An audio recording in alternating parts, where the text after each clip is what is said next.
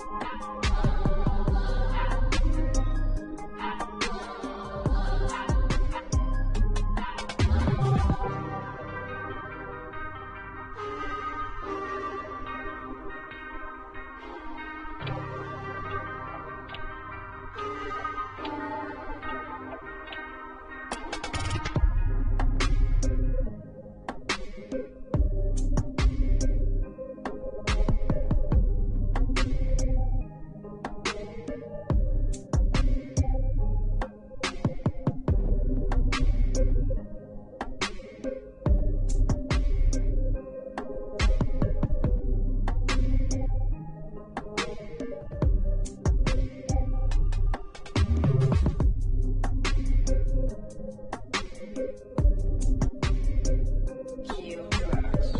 Cue tracks.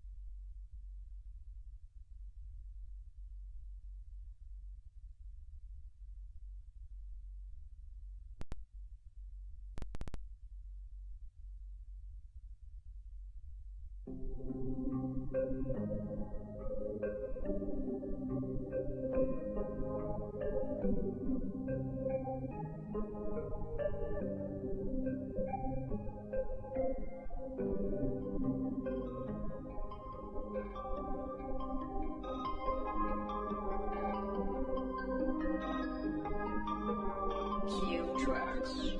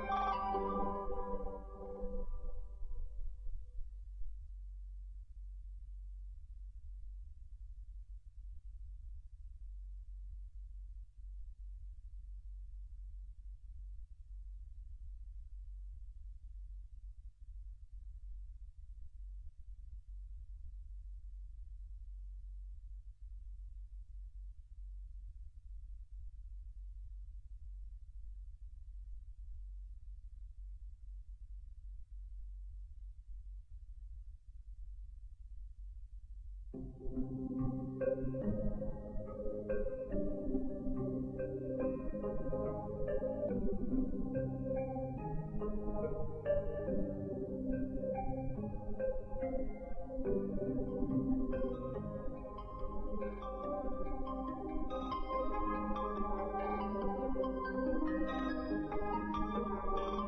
tracks.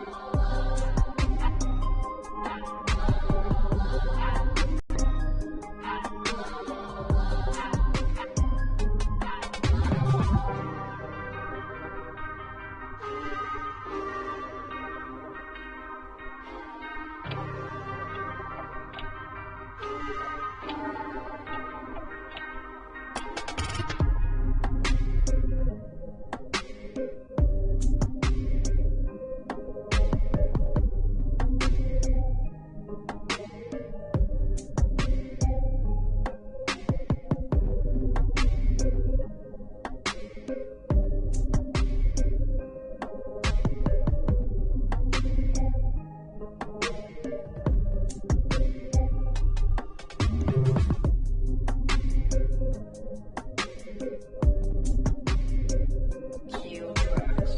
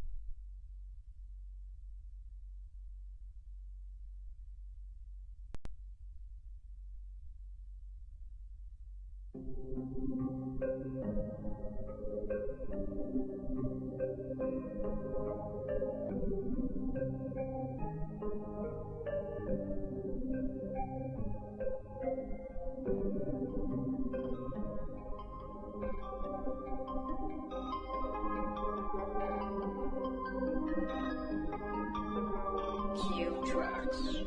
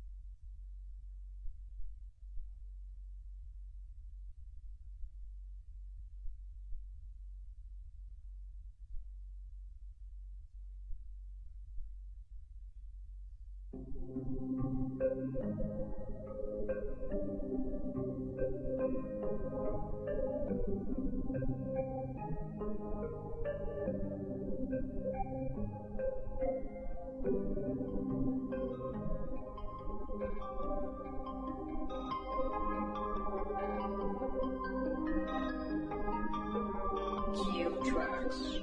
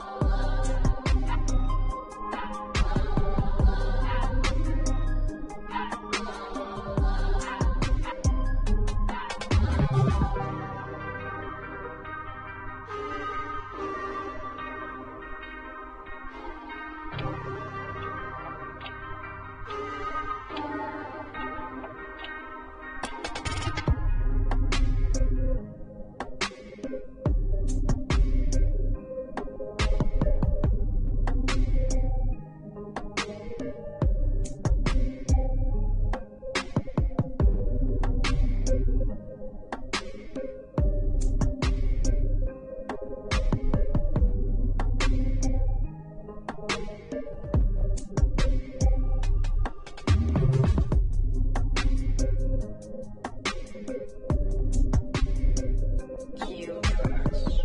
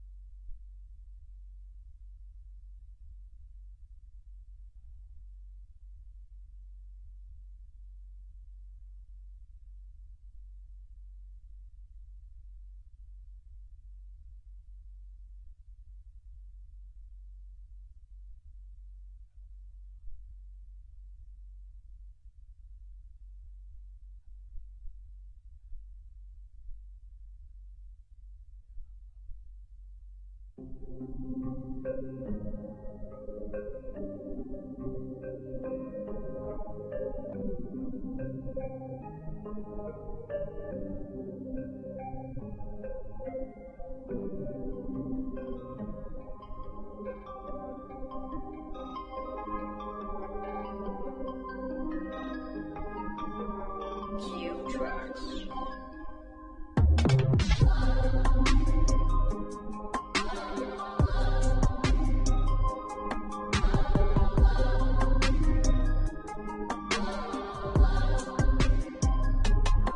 Cue tracks.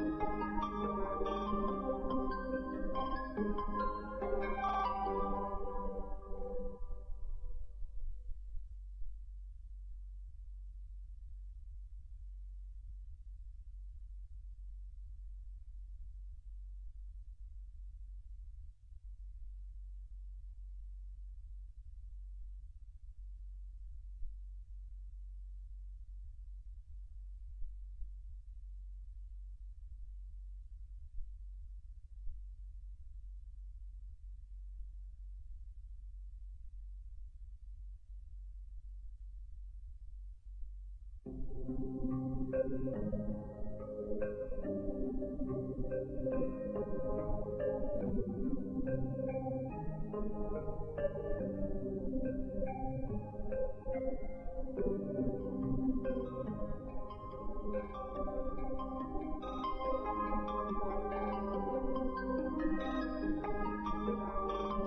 tracks.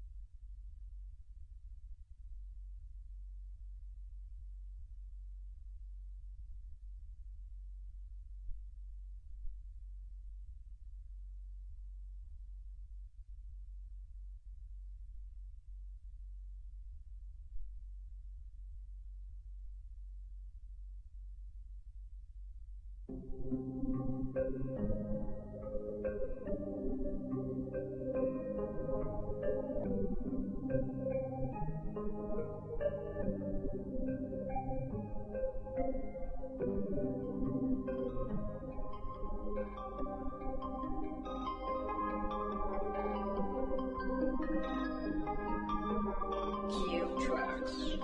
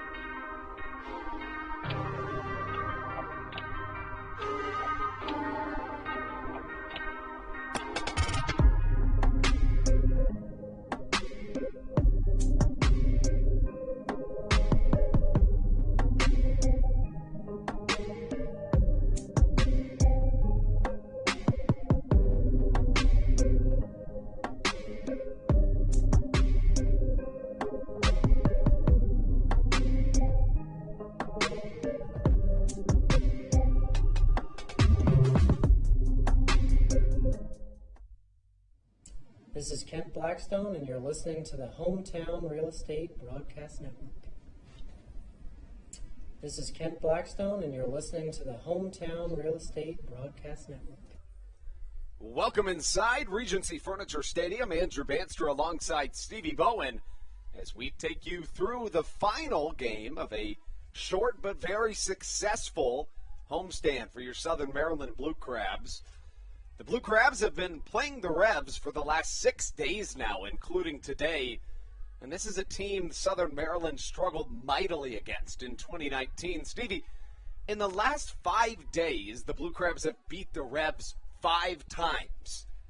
In 2019, Southern Maryland went 4-16 against the York Revolution. So in the last 5 days, they did to what some would consider their rival what they couldn't do in an entire season in 2019. It has been just that type of year for this squad, Steve. With that being said, we're going to go ahead and play the audio in just a moment from our interview last night with Josh McAdams, who had an unbelievable game, yet again playing so well for the Southern Maryland Blue Crabs.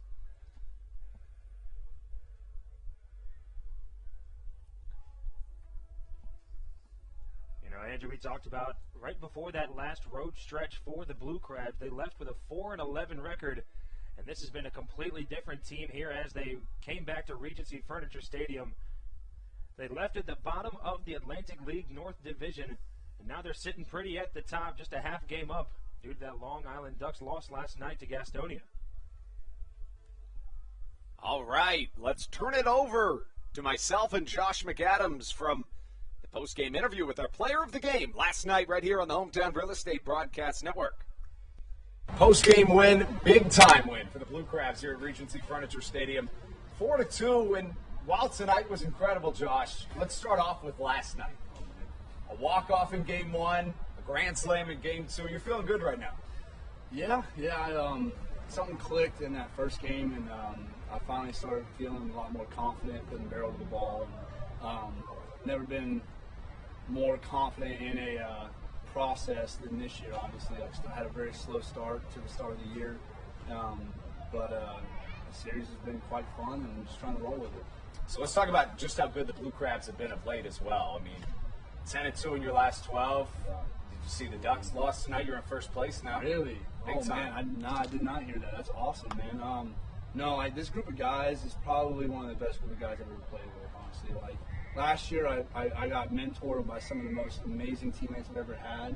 But as far as grit and grind and just guys coming to the ball field ready to play, whether they're hurting that day or not, it's just incredible.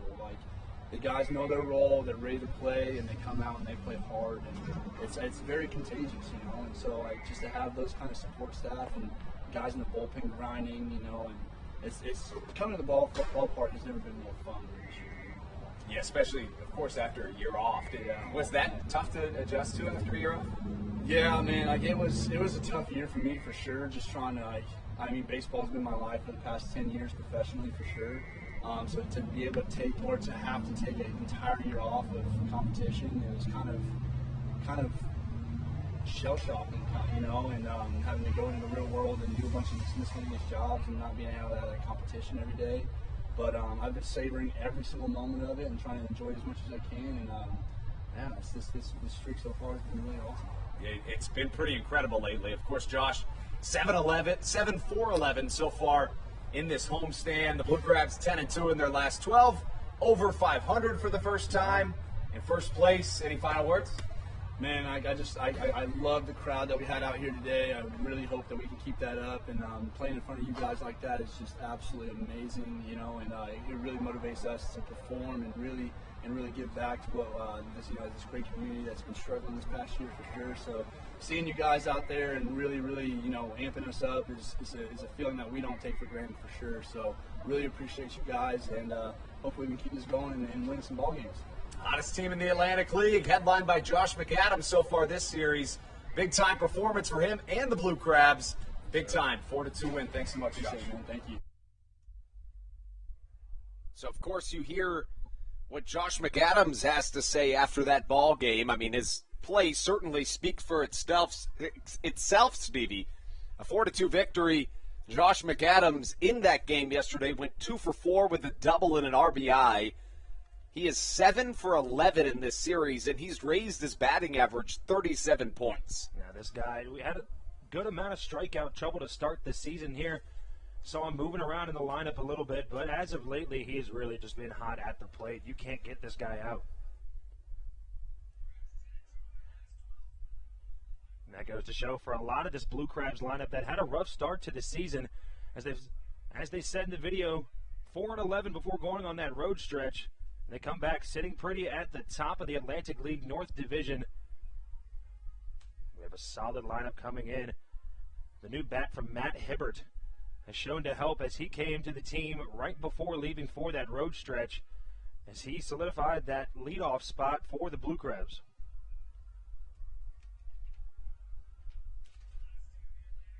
Daryl Thompson going to be on the mound for the Blue Crabs today. One of the most tenured veterans in the Atlantic League, also the pitching coach for the Blue Crabs. Had a common theme in the beginning of the season where the Blue Crabs would win the game if Daryl was pitching. Daryl wasn't pitching that game. It was a common theme where they would see a loss as they've been able to turn it around so far in this second part of the season. You can't talk enough about the impact that Daryl Thompson has had on this team, and as he does every year. But, you know, when we talk about him as a pitching coach, that's where that impact shows even further, and I think something that obviously doesn't show up on the stat sheet, but is very important. You know, Daryl even talked about himself, how being a pitching coach helped him even in that 2019 season. You know, he basically told us that because he was focusing on everybody else so much, he wasn't really thinking about it. He was just going out there playing, and he did an awfully good job. Thompson, in his first 2 starts this year, pitched 14 innings total and allowed 1 earned run, has been uncharacteristically more apt to allow more hits than he normally does, but league average-wise, his numbers are still right on par, if not pretty darn good. I mean, still top 10 in most categories across the league. His last time out was against these Revolution. He got the no decision back on June the 22nd. He went 6 2/3, allowed 5 runs, 4 earned, a season-high 10 hits allowed, struck out 5, no walks, 121 pitches, 82 of them for strikes. That was a very impressive line. As a guy that shows some true leadership here with that Blue Crabs pitching rotation, as we're excited to see him on the mound today. There's no question about it. Of course, this is a little bit even of a different Revs team than Daryl and the Blue Crabs saw even last week, but certainly a different team as compared to his June 9th start here at Regency Furniture Stadium. In that start, he went 6 1/3. He allowed 5 earned runs while on the mound, and with 1 down, Dalton Geeky came in with the bases loaded. A bases-clearing double from Nelly Rodriguez put 3 more on the line of Daryl Thompson. In that start, he went 6 1/3, 8 earned in that contest. A season low, 87 pitches. And, you know, Stevie, in every single start this year for Daryl Thompson, other than that start, he's tossed at least 99 pitches. You know, it shows a guy that's able to go deep into those innings. Really just a workhorse out there on the mound. As we talked about before, he's not a guy that's going to pitch to strike you out. He's going to let you at least make some type of contact on the ball, and even then, he shows to be really dominant on the mound, and he has faith in his Blue Crab defense behind him. As we talked about earlier in the broadcast, this is a Southern Maryland team that comes in over 500 for the first time this season and in first place for the first time since 2017. The Blue Crabs a half game ahead in the Atlantic League North Division at a 14-13 clip. The York Revolution 11-16 on the season. In fourth place in that same Atlantic League North Division, they are 3 games back of the Southern Maryland Blue Crabs. Pretty good start for Southern Maryland, especially after beginning the season 4-11. Your Crabs find themselves 10-2 in their last 12 games. This is going to be a good pitching matchup, as it was yesterday, although we didn't expect it to be necessarily numbers-wise. But Alex Sanabia on the other side is probably going to be who can get to 4 runs first and keep it there. Of course, that's an incredibly important mark for Southern Maryland. But, Stevie, what does Southern Maryland need to do to win this contest? Well, I mean, you really said it right there. The magic number for this Southern Maryland Blue Crabs team is 4. Our current record when the team scores more than 3 runs is 13-3, and they are just 1-10 in games where they score 3 or fewer runs. So it shows in the statistics where they score more than 4 runs, they're bound to win. So that's really one of the main things they have to do in this game today. You know, and this is such a fun team to watch, Stevie. You know, in talking to Josh McAdams last night, he was saying it's so fun to play with these guys because they're all so young and hungry and, you know, not quite as much professional experience across the board, but in some ways, sometimes that can be a good thing, right? It's kind of what you're seeing if you're following the NBA at all. It's kind of what you're seeing from the Atlanta Hawks right now, a team that's so young, but they're almost so young that they don't even go into it like, okay, we're 4-11, we're not going to, you know, keep winning. But when you're young and you're hungry, that doesn't really matter. And to this point, that's been a good characteristic for this Blue Crabs team, Steve. It's all about who wants it more. With that being said, we'll take a short break, step aside, and when we come back, it's time for Blue Crabs baseball right here on the Hometown Real Estate Broadcast Network. This is Daryl Thompson, and you're listening to the Hometown Real Estate Broadcast Network. In February of 2020, Regency Furniture Stadium and the Southern Maryland Blue Crabs were given what we view as an honor, being named the 4th mass vaccination site in the state of Maryland. Here's a message from Regency Furniture about the honor that it has been and still is to be one of Maryland's mass vaccination sites, getting our community back to safety.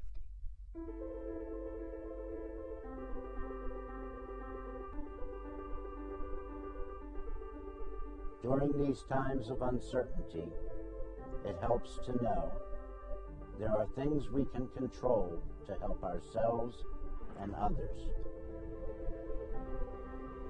For me, it presents the hope that soon enough, my friends and family will be together again.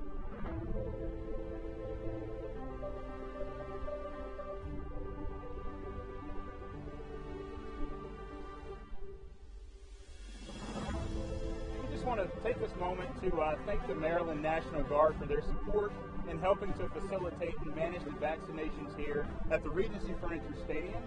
We just think it's so important for everyone to do their part, and we're just grateful for their support. Thank you for some of your support, and we're just honored to be a part of the vaccination effort out here and to serve the community.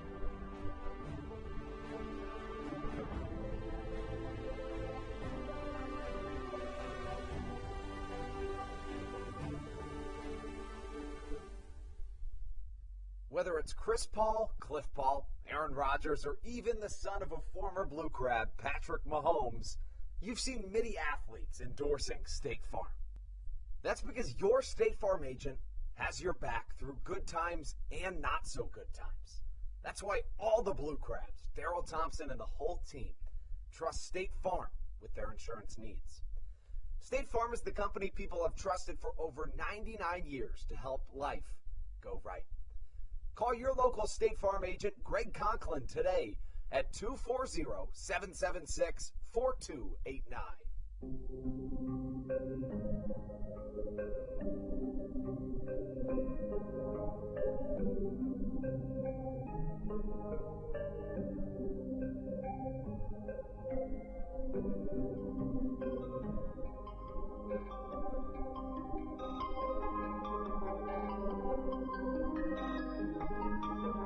Cue tracks.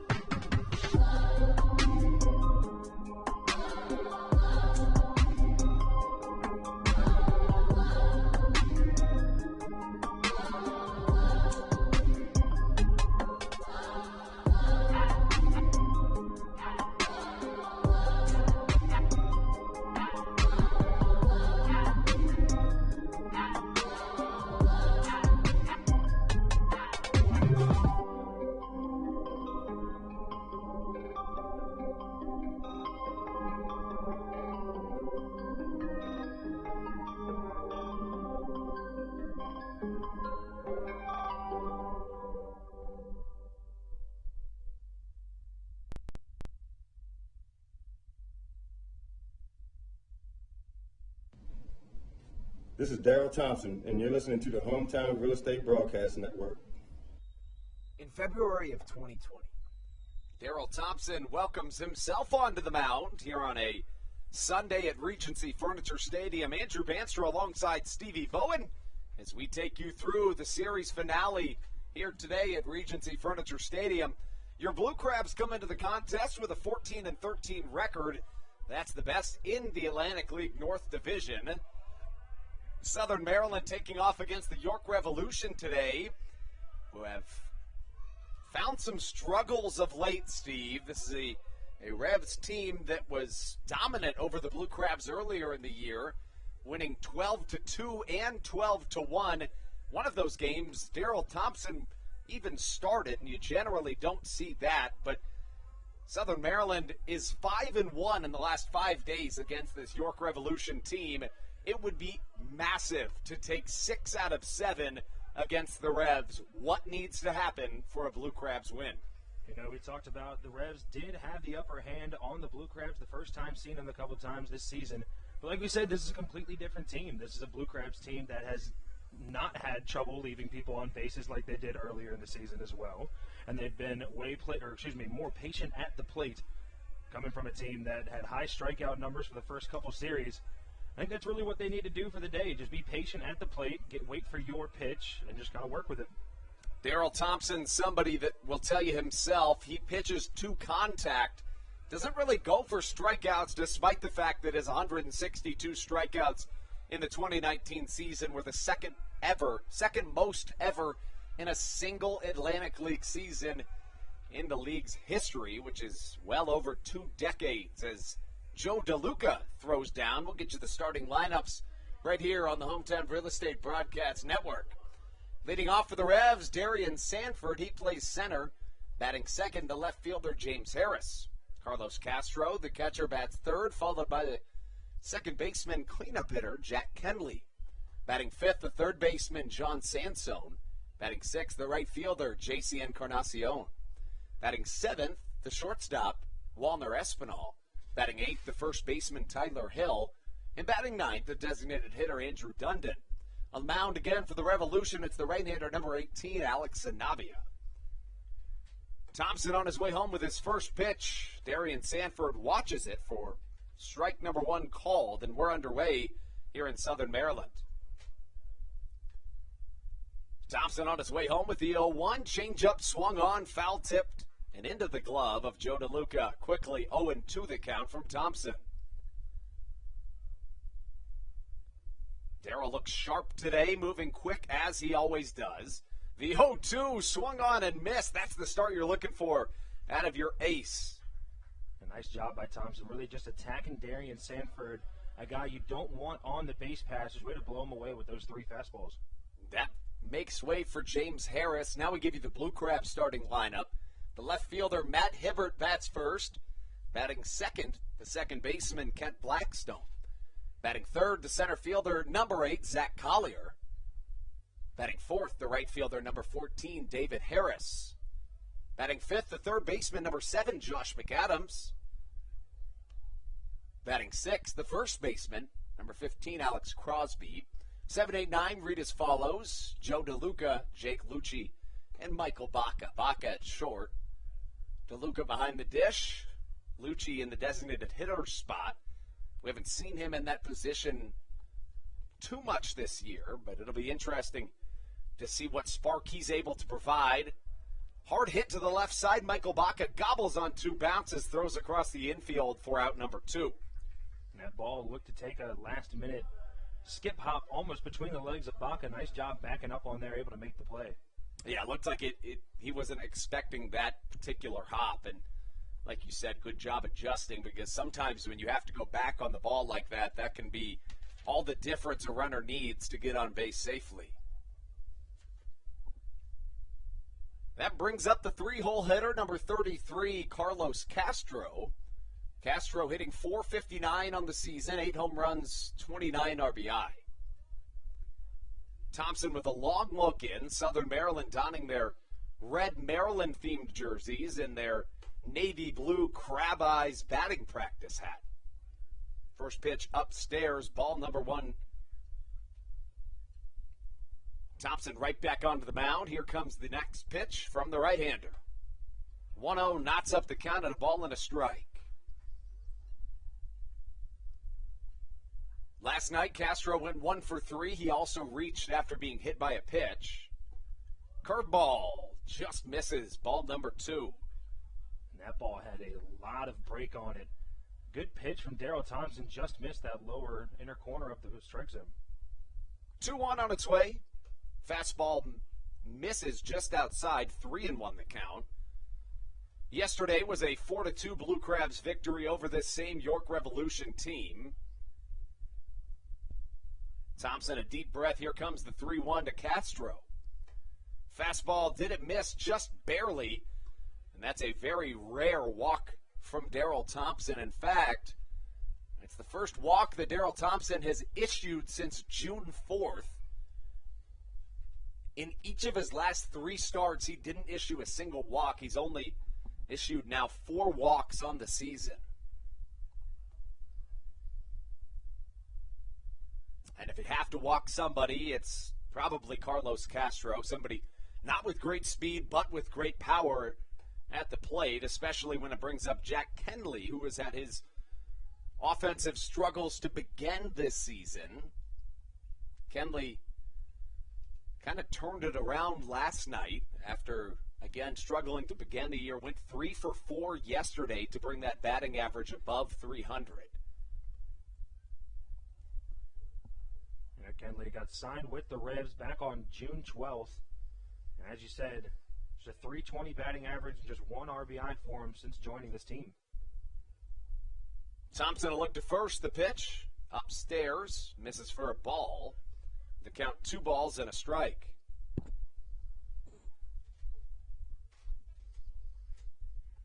Thompson's got his sign from his backstop, Joe DeLuca. 2-1 pitch incoming. Another fastball. Again misses, but awfully close. Didn't miss by much there. Thompson just a touch high right over the center of the plate. The right-hander comes set. Glove at the breast. In there for a strike to make the count full at 3-2.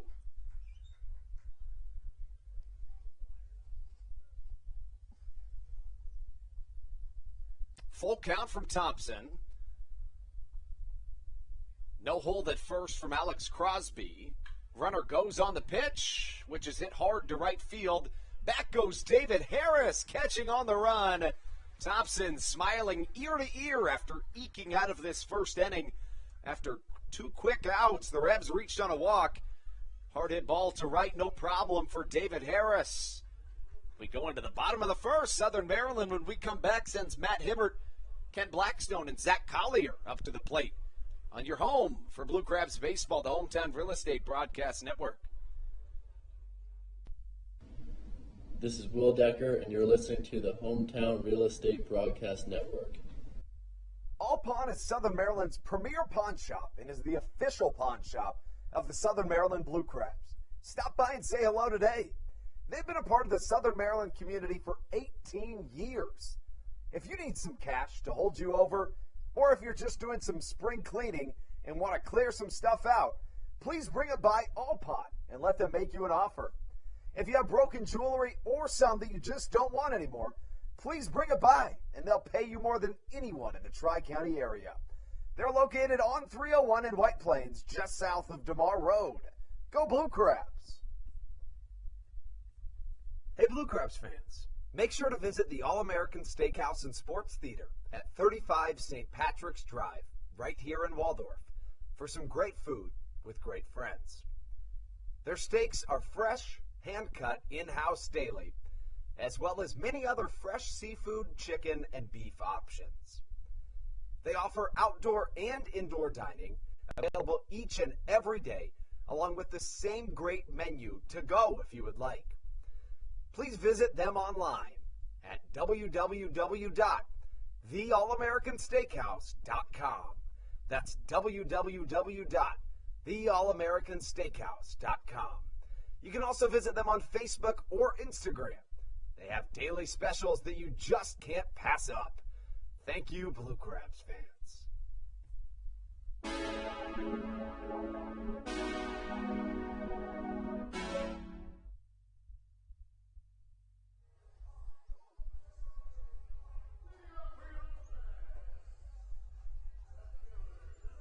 Into the bottom of the first we go here on the Hometown Real Estate Broadcast Network. Southern Maryland keeps York scoreless in the first. That's how we take you into the bottom half of the inning. Matt Hibbert leads us off. The right-handed hitting left fielder faces off against Alex Sanabia. The MLB veteran starts Hibbert off with a strike. We talked about this last time Alex Sanabia was on the mound against the Blue Crabs. Back in 2013, in his second season in the MLB, he was caught in the middle of a controversy, Stevie, and it's funny that we call it a controversy because today I think it would actually be more commonplace. If you remember, folks, we were talking about how Sanabia was caught on the mound basically just using spit on the baseball to give himself a little bit more grip, which today I feel like, outside of course, COVID concerns, today in general I don't feel like that would be an issue as compared to the foreign substances battle that is taking place between pitchers and the MLB organizations right now. So that would be one of the more mild situations of a foreign substance. As Matt Hibbert singles through the left side to get us started, but I think if Rob Manfred would be able to just have spit being used, I think that he would actually take that 10 times out of 10 as compared to the spider tack and the pine tar and sunscreen and things of that nature. Southern Maryland got a 4-2 win last night in front of 3,999 Southern Maryland faithful. Steve, they sounded a lot louder than that. Yeah, this crowd here at Regency Furniture Stadium last night was absolutely jumping. And you can tell just how loud they were. As Kent Blackstone ropes one to the right side, but right at J.C. Encarnacion. Very good piece of wood by Blackstone. And honestly, if I'm Kent right now, I'm okay with that. And I say that because last night he goes 0 for 5 with a couple of strikeouts. So to get really good wood on the ball here is a good start to the contest. Not to mention, if I'm Stan Clyburn, I'm okay with it because the man at the plate is scorching hot. Agreed. Zach Collier really has that, 3 spot in the lineup secured at the moment. Guys have absolutely been on a tear as of recent. First pitch, Collier sees called strike 1. He's somebody that sees a ton of pitches up at the plate. You will generally not see him be retired on anything less than 4 pitches. And if he is, he generally puts it in play with some good emphasis on it. 0-1 on its way. Fastball evens the count as it misses away. That patience of the plate put him in that leadoff spot, that number 2 spot a couple times so far this season, as he's shown some true power recently as he moves down to that number 3. He went 2 for 3 yesterday with a run scored and a walk drawn. On the season, a .316 hitter. Sanavia's 1-1. Collier thought about offering a check down to first. Did he go? Not a chance, says the third base umpire. I didn't even think that was close, did you? No, I didn't think so either. Doesn't sound like the Southern Maryland fans thought it was really all that close either. They were making some noise. In game 1 of this series, the Blue Crabs walked off the York Revolution in the first game of a doubleheader. Josh McAdams hit that walk-off home run. The 2-1 to Collier evens the count at 2 balls, 2 strikes. In game 2, McAdams stayed hot after the walk-off in game 1. He hits a grand slam in game 2, fueling a Blue Crabs 10-5 victory in which Colton Mahoney had a redemption tour. It's a guy that had his fair share of struggles to begin the year, so you really, really like to see him settling into a groove. About a month into the season. Collier fouls one away, and we talked about it. You're not going to get Zach Collier out easy. He's not going to go down without a fight literally ever. No, he's definitely going to make you work for that out on the mound. And that's a guy you really like to have on your team, especially in that 3-hole. If you can make it so he will bat in the first inning, that makes things a lot tougher on a pitcher to know that he's not going to get out of the first inning, even if he records 3 straight outs, without tossing at least 10 pitches. Sanavia's 2-2 once more, chopped to the right side softly. Coming down with it is Tyler Hill. Hill tried to throw to second. There was no need. He could have just stepped on first because it would have been the 3rd out, but Collier legs it out, which will probably go down as an error to put David Harris up at the plate. Costly mistake over at first by Tyler Hill. Yeah, it looked like Tyler Hill forgot that there was 2 outs in the inning. Oh, excuse me, only 1 out in the inning. I beg your pardon. Yes, I was under that impression as well. I don't know what I was thinking, but nonetheless, he couldn't have gotten the speedy Matt Hibbert at second. There was no chance, and that was part of the hang-up. So kind of really just a difficult situation. We'll see what that ends up being called. Harris flares one to the right side. He'll stay in fair territory. J.C. Encarnacion coming way in, almost nearing the infield as he catches on a 1-pitch out number 2.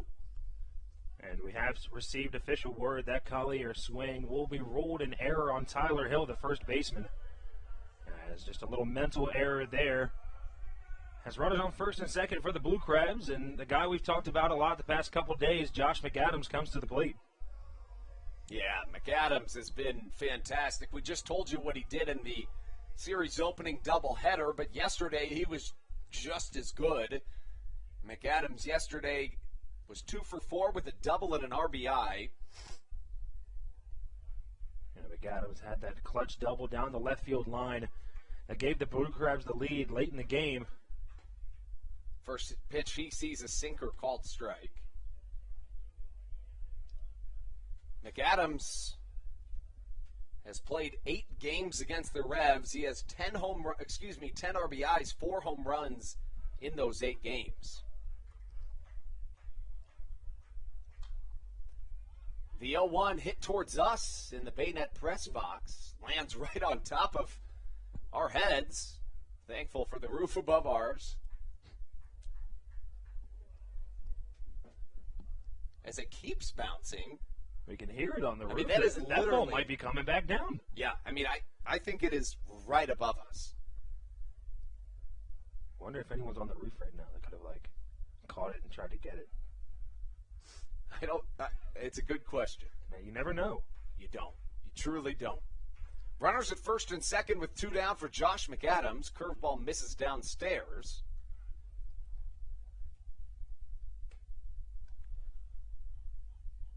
If you're going to pick Josh McAdams to do well, do it against the Revs. Against teams that are not named the York Revolution, McAdams has 1 home run and 5 RBIs this season. Against the Revs, he has 4 home run and 10 RBIs. Now, to be fair, the Blue Crabs have played the Revs already 8 times this year in a total of 27 games, but still, McAdams calls time, and Sanabia hops back onto the mound. The Revs wearing their gray York-themed jerseys as the skyline in the background. Nobody holding Hibbert on at second. And Sanabia seems a little concerned about that. McAdams jammed on a fastball, fouls it back into the screen. And we'll stay at 1 ball and 2 strikes. You know, I understand with 2 outs, you're not necessarily worried about the base runners. But at the same time, someone has to be close on second base to keep Hibbert from getting a little too far off because he can easily take third.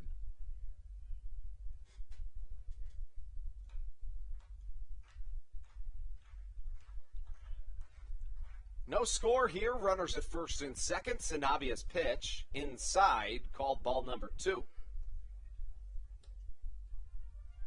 A right-on-right matchup. Of course, Sanabia has had to work harder in this first inning than he may have wanted to. That was his 18th pitch thrown. Thompson threw 17 in his first inning of work. Pretty hot day here in Southern Maryland, 88 degrees, but the humidity through the roof. 2-2 once more. Jams up McAdams again, fouled off into the stands. And Josh has made a fight. You know, we said it before, a guy that was in a lot of strikeout trouble towards the beginning of the season. It's nice to see, and especially in a bat like this, able to foul a couple pitches off and just start to make better contact on the ball. Matt Hibbert led off this inning with a single through the left side. Blackstone lined out to right before Zach Collier reached on an error. David Harris flew out to right. Now McAdams draws a 3-2 count. Runners will have a head start. You'd have to think even a long single would score Collier from first, something in the gap that wouldn't get McAdams to second, but could potentially get Collier all the way home. You expect the runners to be going on the pitch, of course. Collier at first, Hibbert at second. Good speed on both bags. McAdams awaiting the payoff pitch from Sanabia. Pitch misses outside. A cutter loads the bases for yet another scorching hot Blue Crabs bat. Alex Crosby. Stevie, let's talk about just how good he's been of late. You know, Alex Crosby currently on a 12-game hitting streak after last night. Went 1 for 4 and then came around to score. Versus York so far, 6 for 17 in 7 games played against them. He has 5 multi-hit games on the season. You know, he has that middle spot in this lineup for this Blue Crabs, and he's been on a tear. You know, Josh McAdams and Alex Crosby's season can be viewed in the same way the Blue Crab season as a whole has been. Didn't get off to the hottest start, but has more than made up for it. As Crosby lines one to center, Darian Sanford back and catches. With the bases loaded, Crosby puts a jolt into one, but not quite deep enough to center as the wind comes in just a little bit here on a Sunday afternoon. We're through one inning here at Regency Furniture Stadium. Daryl Thompson back out on the mound when we return here on your home for Blue Crabs baseball, the Hometown Real Estate Broadcast Network. This is Greg Ferreira, and you are listening to Hometown Real Estate Broadcast Network. Hey, Blue Crabs fans, make sure to visit the All-American Steakhouse and Sports Theater at 35 St. Patrick's Drive, right here in Waldorf, for some great food with great friends. Their steaks are fresh, hand-cut, in-house daily, as well as many other fresh seafood, chicken, and beef options. They offer outdoor and indoor dining, available each and every day, along with the same great menu to go if you would like. Please visit them online at www.theallamericansteakhouse.com. That's www.theallamericansteakhouse.com. You can also visit them on Facebook or Instagram. They have daily specials that you just can't pass up. Thank you, Blue Crabs fans. When you need a win on the road, don't get left stranded. Make AAA part of your roster, and you'll always have someone on deck ready to get you home. AAA also offers car care, insurance, and travel services, and has stores conveniently located for Blue Crabs fans in Brandywine, Crofton, and Alexandria. Don't forget to ask them about membership discounts for military and first responders. Please visit AAA.com to learn more or to find a AAA location near you.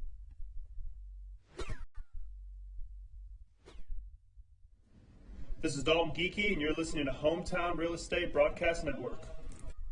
Into the top of the second inning we go as Daryl Thompson hops back onto his mound.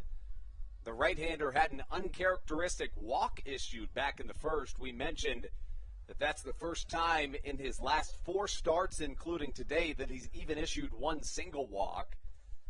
Thompson's control gets better every single year. Like a fine wine, better with age, as Thompson misses with his first pitch to the next man up in the box. John Sansone as the count equals at a ball and a strike.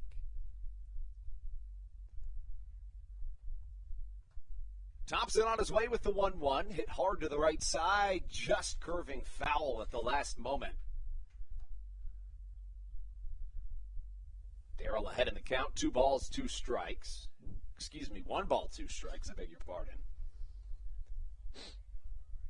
Thompson always works quickly out there on the mound. The right-hander trying to secure a 4-game series sweep against the Revolution. Big looping curveball to the left side, gobbles up McAdams, and it looks like it hit him right in the finger off a weird bounce over at third base. An error puts a Revolution batsman on early. And that bat looked to have a lot of spin on it, as you saw that last second hop got up there in his hand. As you see him shaking it off there over at third base.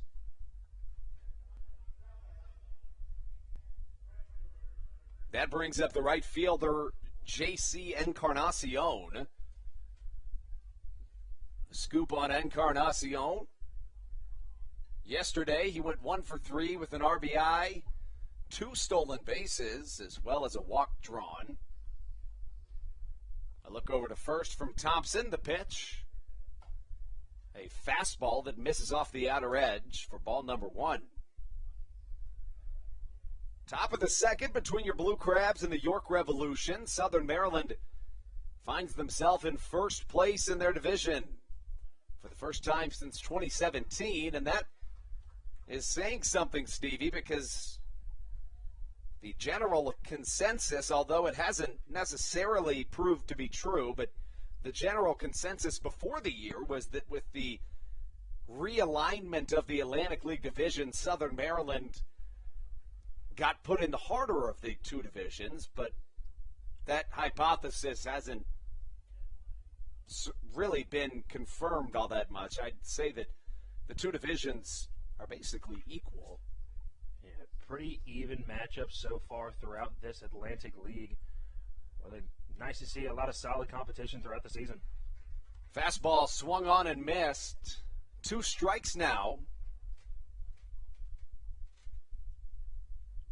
to J.C. Encarnacion. 1 on, none down here in the top of the second inning. We're scoreless here at Regency Furniture Stadium.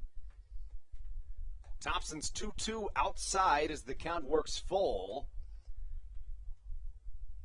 Now, pitch count is never something of a concern for Daryl Thompson. He's basically has a rubber arm, can go out there and throw all day, every day. But he has already thrown 26 pitches without an out recorded here in the second. Another fastball high to the right side. Joe DeLuca coming under it and catching for out number 1. Nice job by DeLuca on these Sunday games. You know, we start in the middle of the day. The sun really just beating down. Had to be tough to try to find that ball. Nice job. That gives way to the next man up to the plate, Walner Espinal. The shortstop, number 12, hitting 182 on the season. 1 for 4 with a double and a run scored yesterday.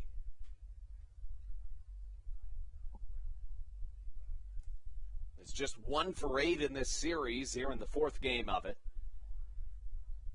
A look over to first as Sansone keeps his lead pretty short. DeLuca scoops up a fastball that missed in the dirt.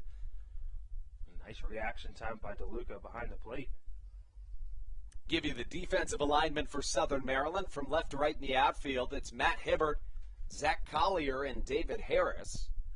From left to right in the infield, at third is Josh McAdams, Michael Baca at short, Kent Blackstone at second, and at first, Alex Crosby. Behind the dish is Joe DeLuca as he catches strike number 1 from Daryl Thompson. Thompson is somebody that's always going to work quickly, doing everything he possibly can to keep his fielders as in the game as possible. Additionally, Thompson's somebody that really practices what he preaches. He's a big advocate that walks are a pitcher's worst enemy, hands down, because they are what they're called. It's a free pass. It's a base on balls. You're just giving them runs at that point. Thompson with just 4 walks in this entire season. This is 5th start as he fans number 12, Walner Espinal, for strike number 3. You know, you're talking about it earlier, Andrew. You see Daryl Thompson be able to go very deep into his starts. You know, it goes to show the guy's 35 years old. You know, he's been in the league a very long time. It's really nice to see a guy somewhat of his age still be able to go out there and dominate on the mound consistently.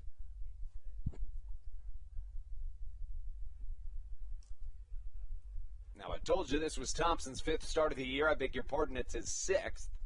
The right-hander rears back, fires, and the result, a Tyler Hill foul ball to the right side for strike number 1. Hill 0 for 8 so far here at Southern Maryland. Although in this 6-day set of series between the Blue Crabs and the Revs, Hill 4 for 18 with a triple as well as an RBI. Has struggled here on this road trip, again going 0 for 8, but prior to that, he was 7 for 21 in his last 6 games.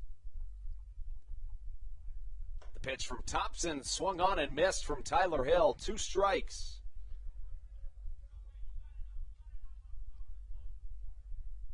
Daryl with a couple of youth campers that he coached last year in the crowd watching him pitch today.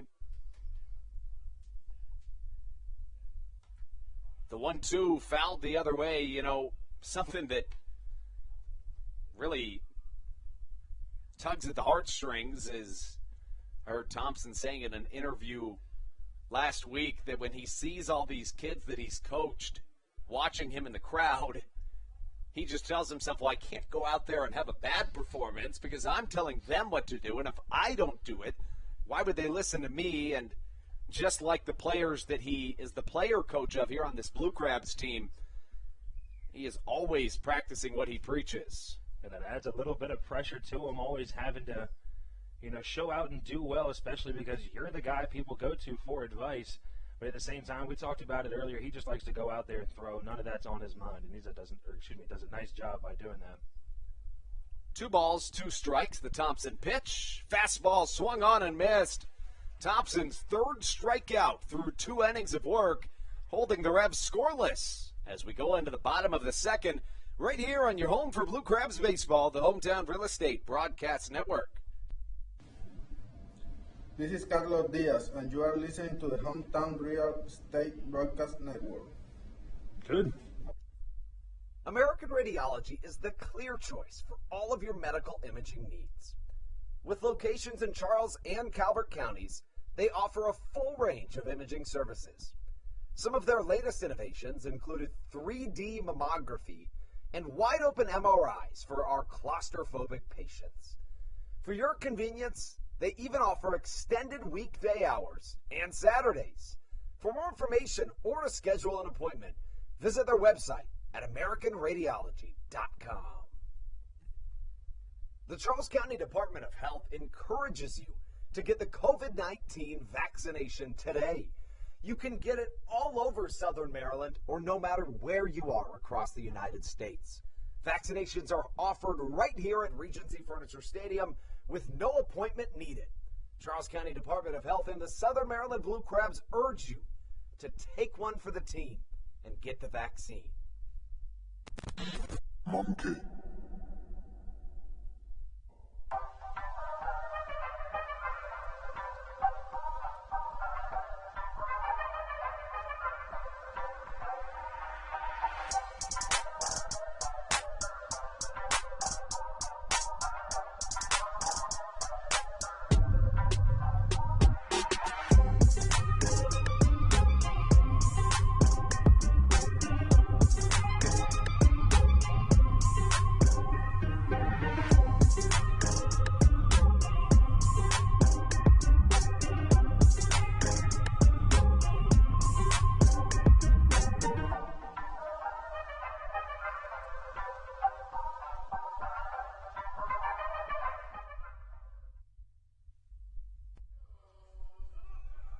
Joe DeLuca leads us off as we take you into the bottom of the second inning of baseball here at Regency Furniture Stadium, live from the Bayonet Press Box.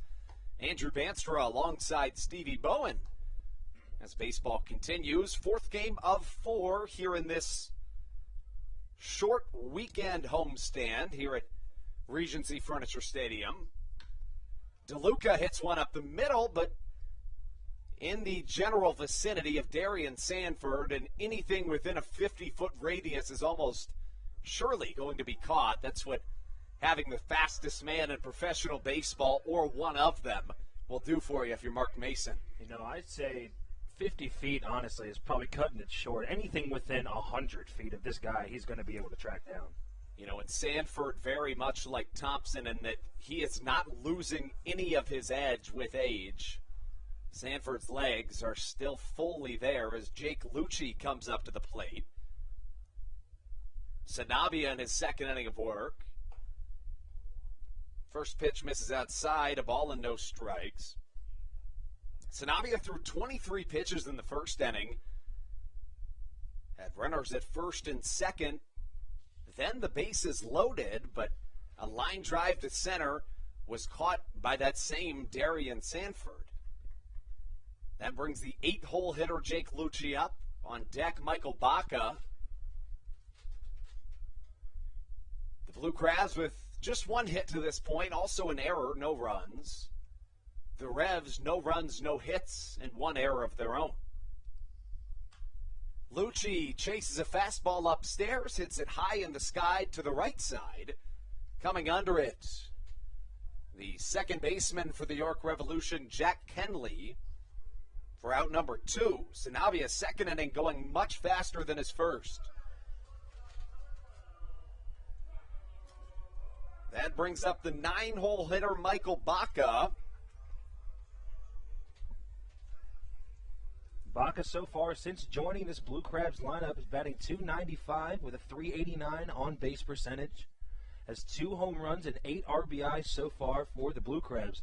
When we talked about him, a guy that got a slow start, as his bat has really heated up in the past couple days, as that ball is going to skip through into the left center gap, and Michael Baca's on his horse and strolls into second for a 2-out double.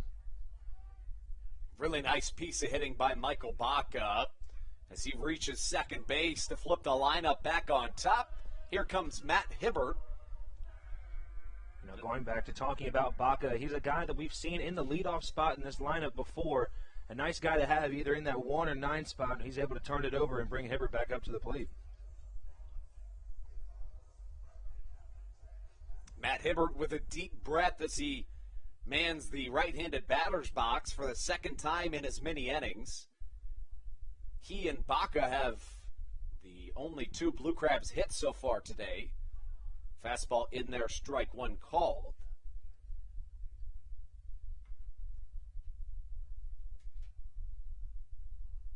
Right on right matchup, Matt Hibbert in his 10th season of professional baseball. A look back to second, Baca having a big lead out there at second. Fastball pushes Matt Hibbert out of the box as it was high and tight. The ball on a strike to count.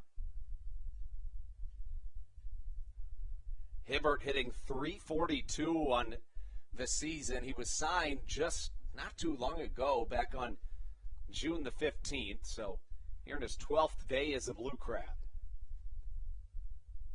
The 1-1, a long look back to second. Looks like it hit Matt Hibbert. Honestly, I didn't see it hit him, but I couldn't tell from this angle. I mean, it could have skimmed his elbow, but there wasn't really any sure information that we saw or that would have proven that it got hit. To be honest with you, I thought it might have been in the strike zone for a moment, but it was also a sinker, so it looks like it was moving towards Hibbert more and more as it creeped toward home plate. Kent Blackstone now with an opportunity to drive in some runs. Southern Maryland has had plenty of run-scoring opportunities already here in this game. And it hasn't been for a lack of hitting the ball hard, but just right at people. Blackstone Lined out to the right fielder, J.C. Encarnacion, his first time up. We talked about if you're Blackstone, you can't be upset with that at bat. Swung first pitch, but got some really good contact when he had some troubles at the plate yesterday with striking out. Another Blue Crab that lined out with runners on base, Alex Crosby. A line drive dead straight to center field. Very well hit baseball, but right at Darian Sanford. That's how the first inning was retired. Blackstone with good speed on the bases. Michael Baca at second, Matt Hibbert at first. The cowbell rings here at Regency Furniture Stadium. Blackstone pokes one the other way to shallow left field. Ranging over is the left fielder, James Harris, as he catches in near foul territory for out number 3. Southern Maryland has already stranded 5 runners on base through these first 2 innings. Daryl Thompson has been shoving his way through 2 innings of his own. He'll be back on the mound when we return right here on your home for Blue Crabs baseball, the Hometown Real Estate Broadcast Network. This is Jay Clucci, and you're listening to the Hometown Real Estate Broadcast Network. Dyson Building Center is one of the oldest family-owned and operated hardware, lumber, and building supply stores in Southern Maryland. They are located in St. Mary's County on Route 5 in Great Mills. Dyson's has an expansive and diverse inventory to help you with all of your home improvement and project needs. Whether you're new to the world of DIY, a tried and true DIY professional, or somewhere in between, the friendly and experienced staff at Dyson Building Center is ready and willing to help you today. In February of 2020, Regency Furniture Stadium and the Southern Maryland Blue Crabs were given what we view as an honor, being named the 4th mass vaccination site in the state of Maryland. Here's a message from Regency Furniture about the honor that it has been and still is to be one of Maryland's mass vaccination sites, getting our community back to safety.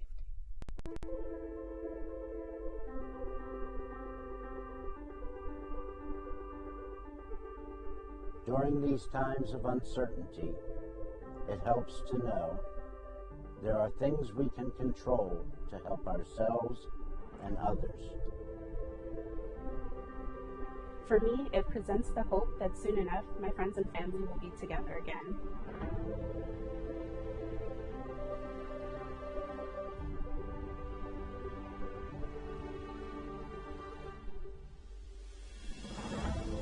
We just want to take this moment to thank the Maryland National Guard for their support in helping to facilitate and manage the vaccinations here at the Regency Furniture Stadium.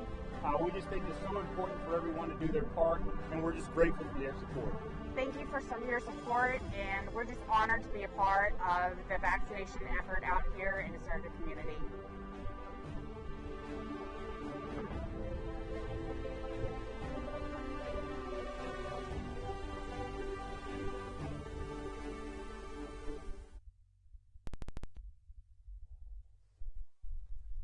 To the top of the third we go here on the Hometown Real Estate Broadcast Network.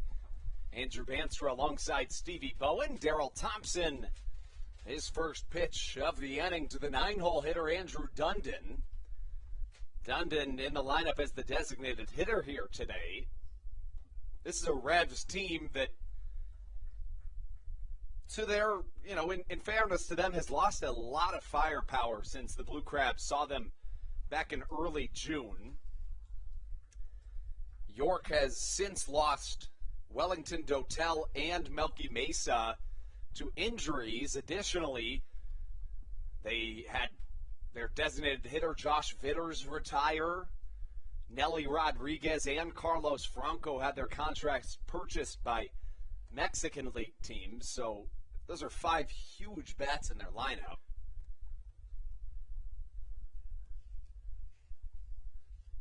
Thompson rocks. The pitch just misses on the outside as the count runs full at 3 balls and 2 strikes.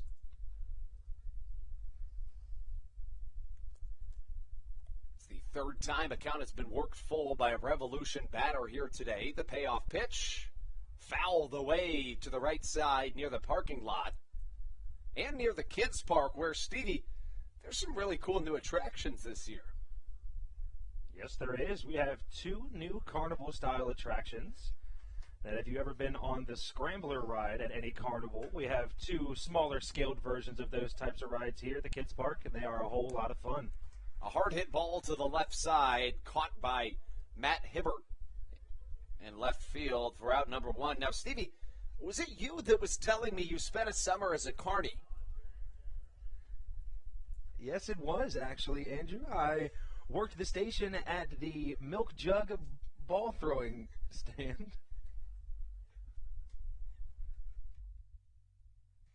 You know, I actually worked the state fair for about 4 years serving ice cream back in Iowa. So not quite the same thing, but I can definitely respect the grind. And when you're in high school, it's a good way to make a ton of money for a high schooler at least. As Blackstone bobbles, Darian Sanford reaches for the first time in the last 2 days, but to finish a base unrelated point to baseball, when you're in high school, you know, that's good money in 10 days.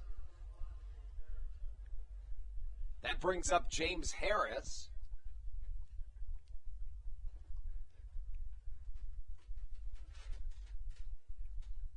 Harris so far in the game 0 for 1.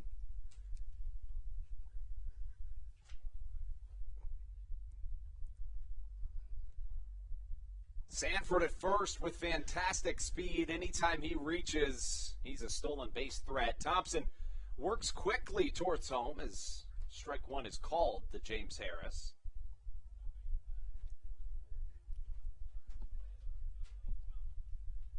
There was a sleepover on the field last night for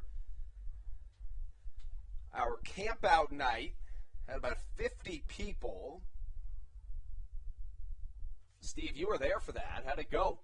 I was. You know, we watched Up. We were able to sit in one of the suites, enjoy a nice movie before heading to bed. It was a nice little outing here at Regency Furniture.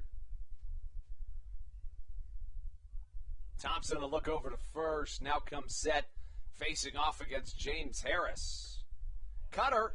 Sanford goes. He went late. A throw down to second in time. What a throw by Joe DeLuca. Darian Sanford does not get caught stealing very often.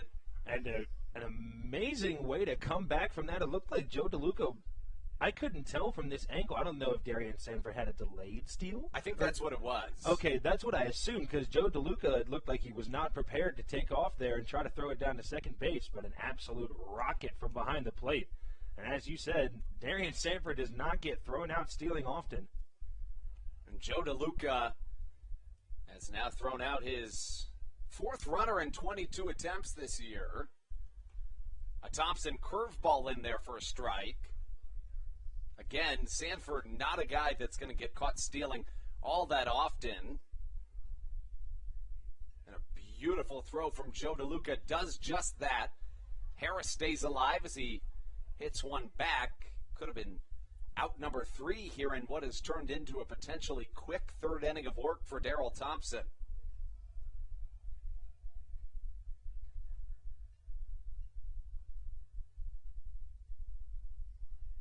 Thompson on his way. Fastball fouled to the left side. Strike 2. In the last 4 years, Darian Sanford has stolen 222 bases in the Atlantic League, has been caught stealing just 54 times entering play. And that is dangerous speed to have on the base paths if you're York. Harris fouls one back. Darian Sanford has the 3rd most steals in Atlantic League history. In 2018 and 2019, he posted the 2nd and 4th most steals in a single season in Atlantic League history. Is all over the record books in his time in the Atlantic League. As James Harris waves at a fastball on the outside corner, Daryl Thompson brought his best here on a Sunday afternoon. We're scoreless through 2.5. Let's see if we can get something across when we come back here on the Hometown Real Estate Broadcast Network.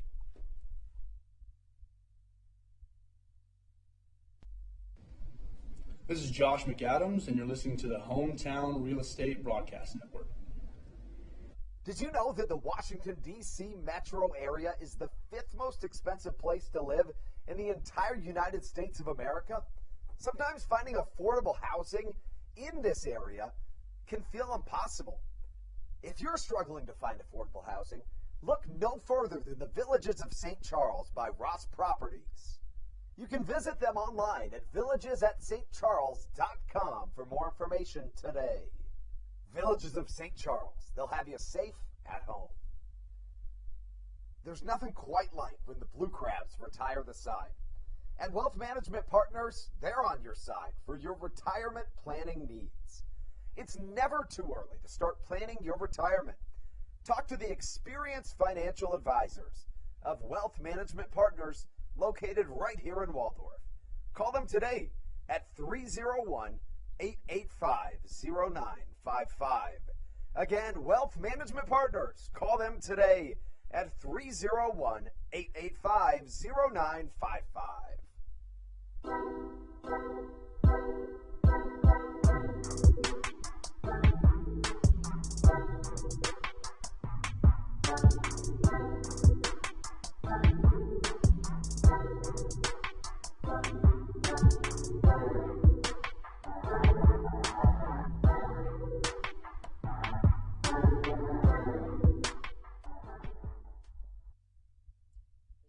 Blackstone, and you're listening to the Hometown Real Estate Broadcast Network.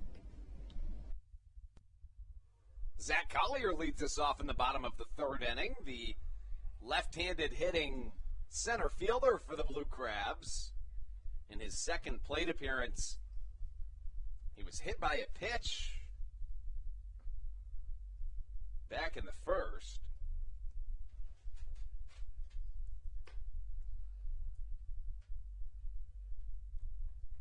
I beg your pardon, it was Hibbert that was hit by a pitch. Collier actually reached on an error. It was that situation with one down and a runner at first where Tyler Hill was kind of just stuck on an island as he fielded a baseball. Zach Collier hits one to the next planet, or so it looked off the bat, back just to the warning track. That looked really good off the bat, but you can see the flag absolutely driving baseballs back towards home plate. And that one looked, sounded, and I'm assuming felt good off the bat of Zach Collier, but as you said, that wind really just killing that ball in the air. As off the bat, that ball looked to be going 400-plus feet. That's the 4th time in this series that Zach Collier has hit a ball at least that far. He did hit one home run, but 3 times since he's hit one inches away from the fence, all warning track power, and if it wasn't for that wind, they all would have been homers, as David Harris lines one to center. He was retired on one pitch his first time up. This time, it's a one-pitch hit. A nice job from Harris, being aggressive at the plate, seeing that first pitch fastball and just jumping on it for that base hit. Sanabia and Thompson threw 23 pitches in their first inning of work. A really quick inning for Alex Sanabia in the 2nd. See if he can keep that pitch count down. Thompson threw 3, has thrown 54 pitches, 32 of them for strikes. Thompson has walked 1, struck out 4. Fastball outside, called strike. Daryl Thompson brought his A game today in a redemption start against this York Revolution team. At least a redemption start compared to his last time here at home, in which he allowed 8 earned, which is very uncharacteristic for Daryl Thompson. He's a guy that maybe has 1 or 2 of those starts a year. Outside of that, it's pretty unbelievable to say, but it's true. He almost always has a quality start outside of maybe once or twice a year. Of course, a quality start defined as going 6 innings or more and allowing 3 earned runs or less. Beg your pardon, just 3 runs or in general. They can be earned or unearned. And I'm of the opinion that a quality start is holds more weight than a win does, because I think wins, honestly, are a pretty nominal stat that at times are not indicative of how a pitcher actually performs. Josh McAdams grounds one up the middle, unable to get there as Walner Espinal. David Harris thinks about rounding, going for third, but holds up as Southern Maryland yet again reaches base. And McAdams doing a nice job. Fastball in on the hands, caught just enough of that barrel to get it up in the middle. And as you said, got some speed in scoring position now as Blue Crabs got runners on first and second with just one away in the bottom of the third. And that brings up the big bat of Alex Crosby. Crosby came up with the bases loaded back in the first and hit an absolute rocket right to center field, but Darian Sanford was able to track it down. Heading into this third inning, Southern Maryland's already left 5 runners on base. Left the bases full in the first, 2 in the second, as a hard hit liner to the left side bounces. Walner Espinal tosses to second, and a ground ball double play finished off by Jack Kenley. So yet again, a really promising start to the inning for Southern Maryland, who has now stranded 7 runners through 3 innings. Now we're starting to see a repeat of what the Blue Crabs had trouble with in the beginning of this season. As you said, struggle leaving runners on base has been one of the killers to their slow start to the season. That's how we get through a third of a contest. When we come back, Daryl Thompson back out onto the mound here on the Hometown Real Estate Broadcast Network.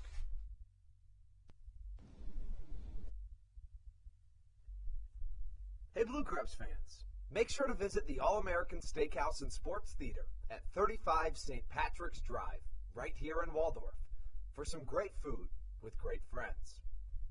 Their steaks are fresh, hand-cut, in-house daily, as well as many other fresh seafood, chicken, and beef options. They offer outdoor and indoor dining, available each and every day, along with the same great menu to go if you would like. Please visit them online at www.theallamericansteakhouse.com. That's www.theallamericansteakhouse.com. You can also visit them on Facebook or Instagram. They have daily specials that you just can't pass up. Thank you, Blue Crabs fans. All Pawn is Southern Maryland's premier pawn shop and is the official pawn shop of the Southern Maryland Blue Crabs. Stop by and say hello today. They've been a part of the Southern Maryland community for 18 years. If you need some cash to hold you over, or if you're just doing some spring cleaning and want to clear some stuff out, please bring it by All Pawn and let them make you an offer. If you have broken jewelry or some that you just don't want anymore, please bring it by and they'll pay you more than anyone in the Tri-County area. They're located on 301 in White Plains, just south of DeMar Road. Go Blue Crabs!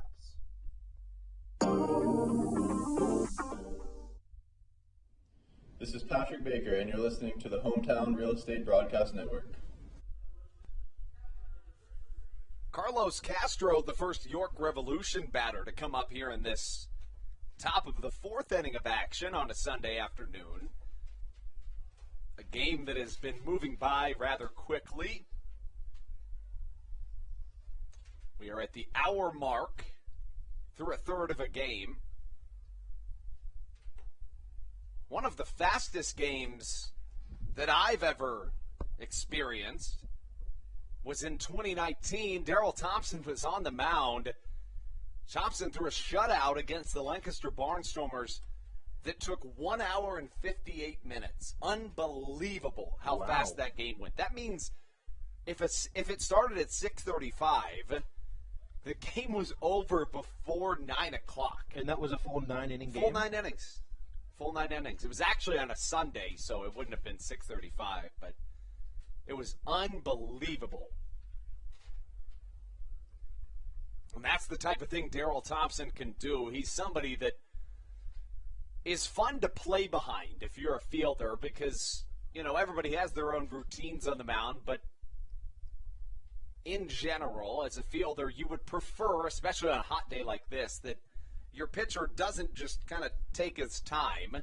Thompson goes very fast on the mound. The second He gets the ball back. He's ready to throw the next pitch. As Castro loops one into left. Oh, boy, coming in is Matt Hibbert. I thought Hibbert had a chance at that ball as a short no-hitter is broken up by Daryl Thompson, broken up by Carlos Castro. And, it looked like Hibbert had a beat on that ball. It didn't have to come too far on it. But it looked like he might have had a misstep when he tried to go for it and just wasn't able to get to it. And that was the wise move by the veteran left fielder, because if you dive for that ball and it goes past you, suddenly Castro is at third base with no outs. Jack Kenley comes up to the plate. The cleanup hitter watches strike number 1. Back in the first, Kenley, along with a couple of these Blue Crabs batters, had a shot go to deep right field, but got caught up in that wind as David Harris was able to catch it for the third out of the inning. Thompson misses 2. Kenley high and away. 2 balls, no strike the count. Thompson a look back to first, just a peek over the shoulder. The 2-0 fastball again just outside. And if you know Daryl Thompson, you know that when he misses, it's not going to be by much. It'll be by maybe an inch just off the edge. The 3-0 right down Main Street. The count works to 3 balls and a strike. Jack Kenley, the cleanup hitter, signed back on June the 12th by this Revolution squad. He hits one well to the left side as Matt Hibbert ranges back. Comes under and catches for out number 1. Nice job by Daryl Thompson, able to battle back on that after starting 3-0. Able to get that fastball down the middle, knowing that Kenley's looking for that first strike and getting him to pop out there.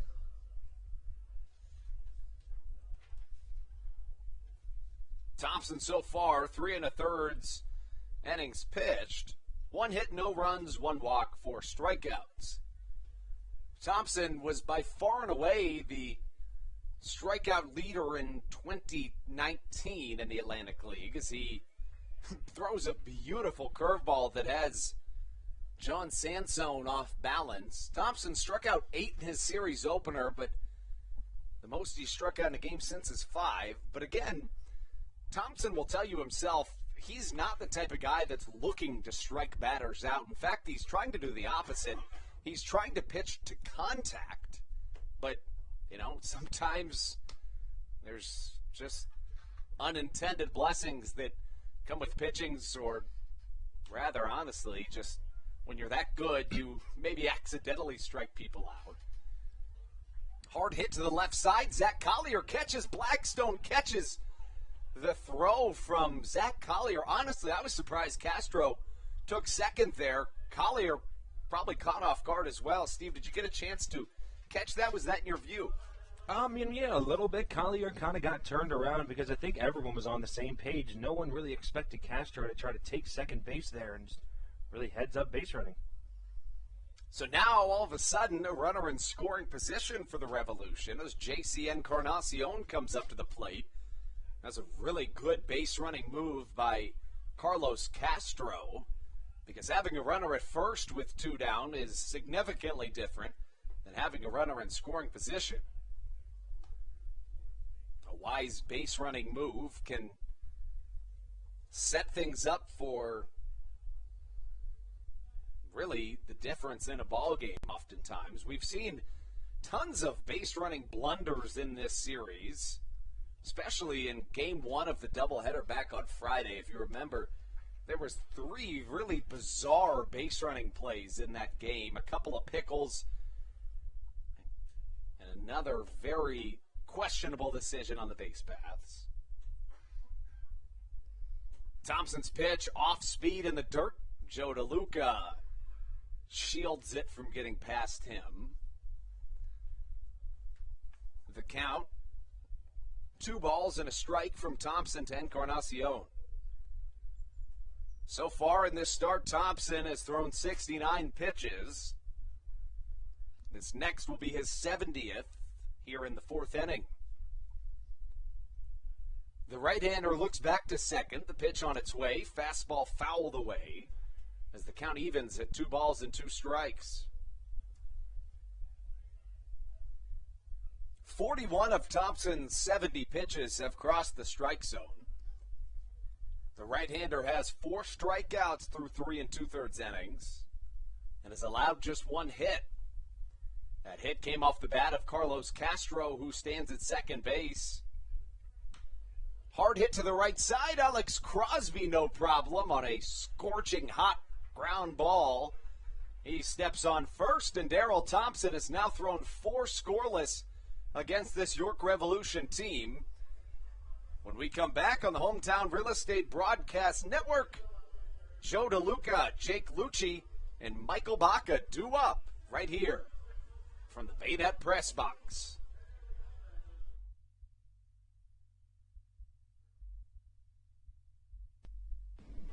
This is Sam Burton, and you're listening to the Hometown Real Estate Broadcast Network.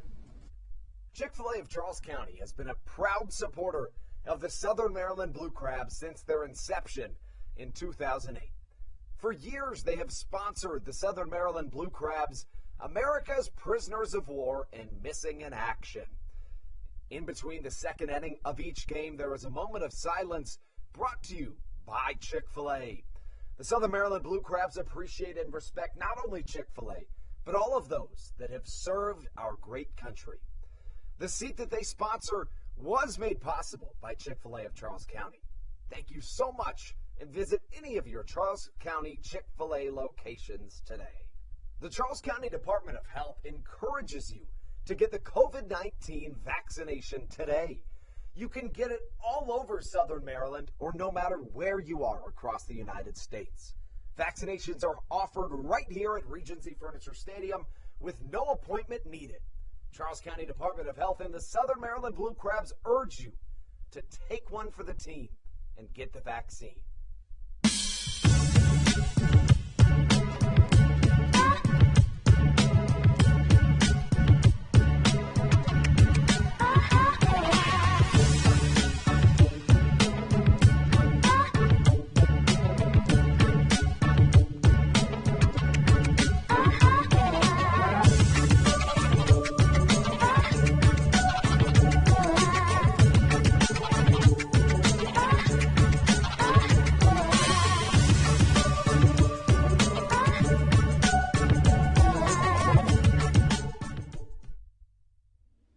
This is Will Decker, and you're listening to the Hometown Real Estate Broadcast Network.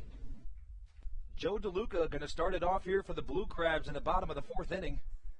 Still no score here as the Blue Crabs out hitting the York Revolution 4 hits to 1. As we talked about a little bit earlier, Blue Crabs having some trouble bringing runners in from scoring position and just leaving runners on base in general.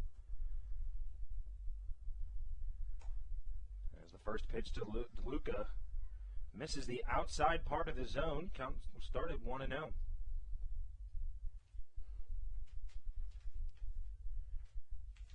DeLuca, another one of these Blue Crabs batters, had that hard line drive. Looked like it might carry a little bit, but Darian Sanford able to corral that one in. And, you know, it seems to this point the Blue Crabs have really been seeing Alex Sanabia well. We talked about there's been a handful of hard lineouts, but also 4 hits through 3 innings. Yeah, they've done a nice job being able to get on base however they can, but just haven't been able to put any runs across. It's a big swing from DeLuca as he swings right through it. Count now 2-1. And since June 8th, this is now the 3rd time that Sanabia has started against the Blue Crabs. So the Blue Crabs know what they're going up against. Is that one, a screaming line drive heading towards the dugout. Luckily, there were no fans where that ball hit in the stands and bounced back into play. Count now even at 2 balls and 2 strikes.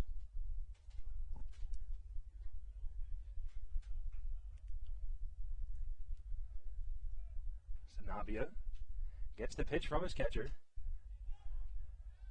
And that one's going to be fouled off to the left side of the concourse. And that ball will roll between the legs of a fan. You hate to see that. Joe DeLuca staying alive with the 2-2 count with no outs here in the bottom of the fourth inning. Alex Sanabia doing well so far on the mound for the Revolution. And a big swing and a foul tip, but right into the glove of Carlos Castro behind the plate. And DeLuca is sat down on strikes for the first out of the inning.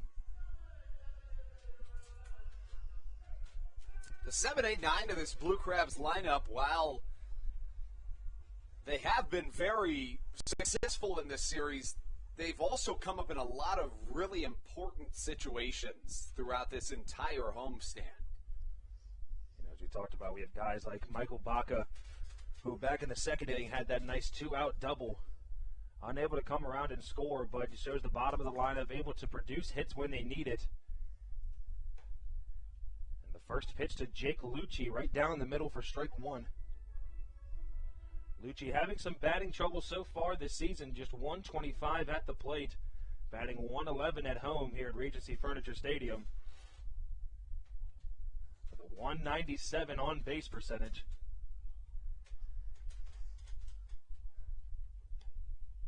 As he fouls one the other way. Count now 0-2 to the designated hitter. As we saw Lucci step in that left fielder position. And as the leadoff guy for a little bit, we saw him in a couple games before Matt Hibbert came to join the team. It was the 0-2 pitch from Sanabia. Fastball way high and outside as that one backs to the backstop.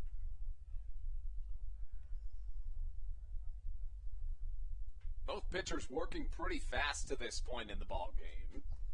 As to be expected on a hot day with two MLB veterans dueling against each other, you expect some quick movement. With that being said, both batting orders haven't made it very easy on the starters. Have worked a lot of deep counts.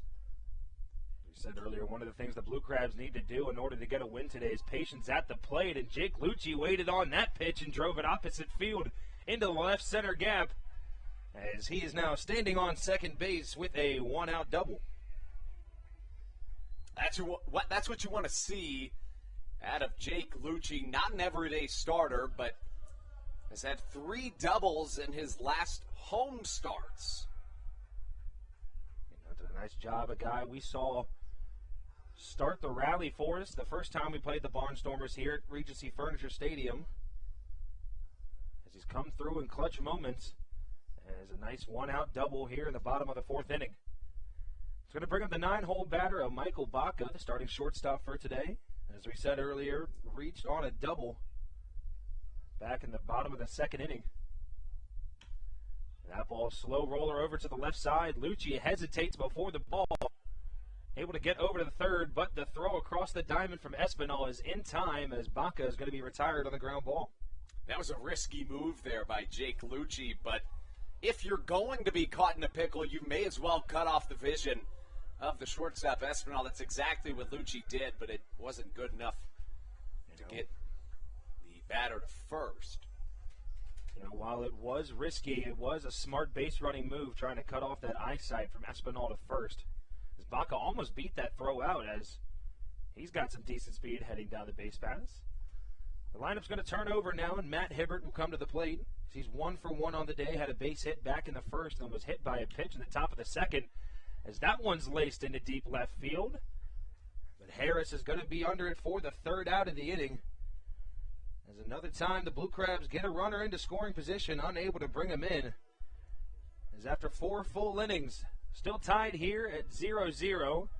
We'll be back here on the Hometown Real Estate Broadcast Network.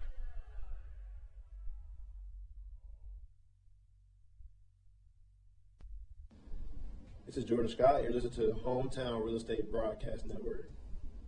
When you're in the market to buy or sell a home, call Tony McClure of Century 21 New Millennium and his Grand Slam team. The realtor of the Southern Maryland Blue Crabs since our first season in 2008. Tony and his team of preferred partners includes Tim Murphy of CNF Mortgage and Steve Scott of the Scott Law Group. Together, they will ensure that your real estate needs are nothing short of a grand slam. The quality service you will receive is Hall of Fame worthy. Put Tony's 41-plus years of experience to work for you. Call or text Tony today at 301-928-1280 for your personal Grand Slam experience. Go Blue Crabs. Did you know that the Washington, D.C. metro area is the 5th most expensive place to live in the entire United States of America? Sometimes finding affordable housing in this area can feel impossible. If you're struggling to find affordable housing, look no further than the Villages of St. Charles by Ross Properties. You can visit them online at villagesatstcharles.com for more information today. Villages of St. Charles. They'll have you safe at home.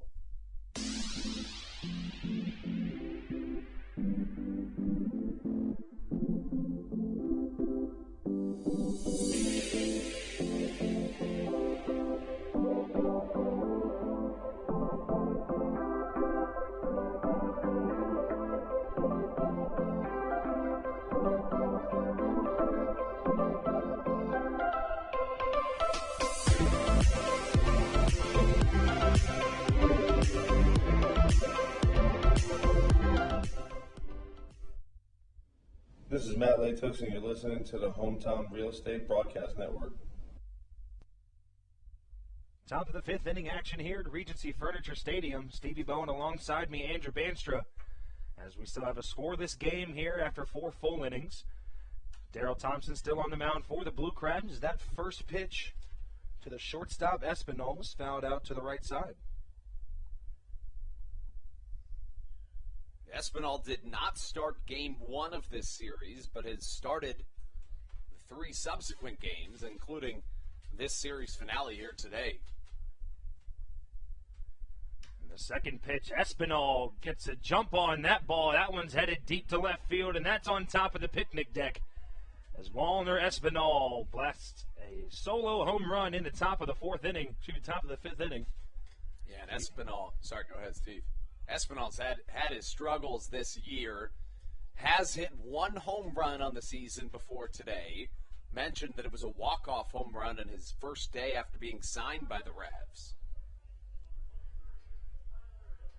It also secured the Revolution their 500th franchise win.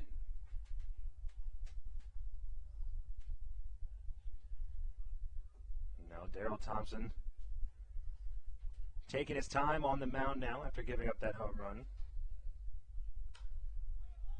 And the first pitch to Hill, the first baseman, skied out into left field. Hibbert able to get under it for the first out of the inning. So nice job after giving up that big home run, able to battle back in first pitch. Get Hill to pop out to left. You know, it's interesting, Steve. We've seen a lot of balls that look just the same off the bat as it did on Espinal's home run, but it looks like the wind's trajectory has changed a little bit. Whereas earlier in the game, the flag was headed straight towards home plate. Now it's straight away left field. As you know, only 310 down the line and left, but there is that mini monster that extends out into left center field. As you get a good piece of it, it'll carry out of here as that one's hit high down the left field line. But that one's going to go foul. As Andrew Dundon starts off 0-1. Oh, excuse me, 0-2. Now with 1 out away in the top of the 5th inning. 0-2 pitch from Thompson. That one's fouled back into the screen. Dundon will stay alive. Thankful for that screen. If it wasn't for the screen, that might have hit us right here in the Bayonet press box. You know, every day I think screens are a thing, you know.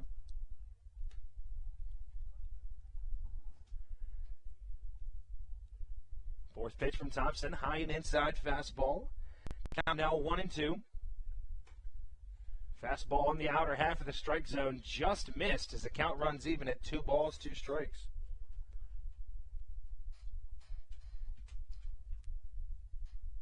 Comes the 2-2 pitch from Thompson. That one swung on and fouled back behind us in the Bayonet press box.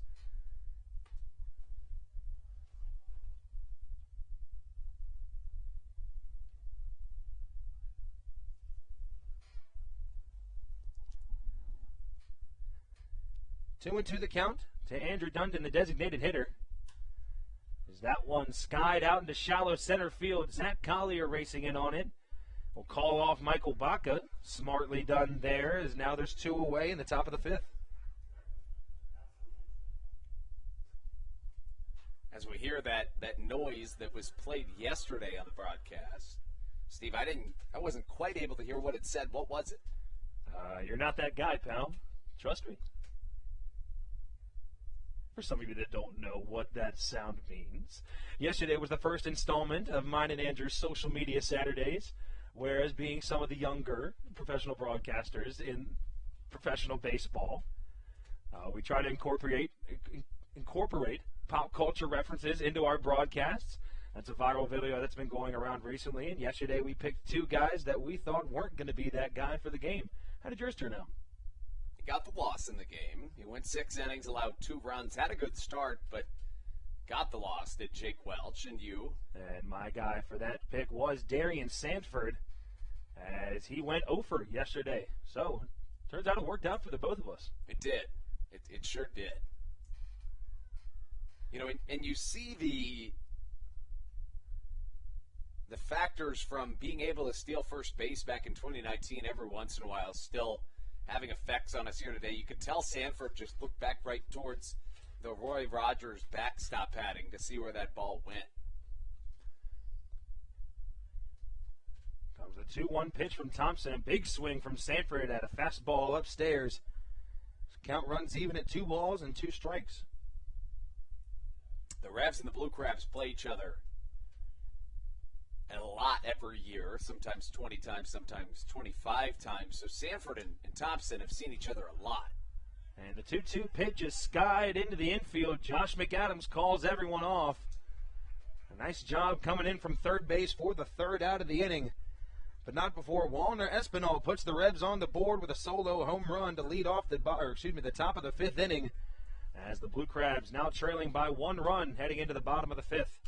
We'll be right back on the Hometown Real Estate Broadcast Network.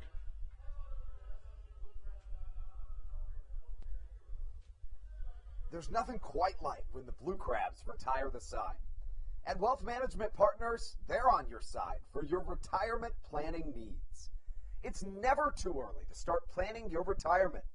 Talk to the experienced financial advisors of Wealth Management Partners located right here in Waldorf. Call them today at 301-885-0955. Again, Wealth Management Partners. Call them today at 301-885-0955.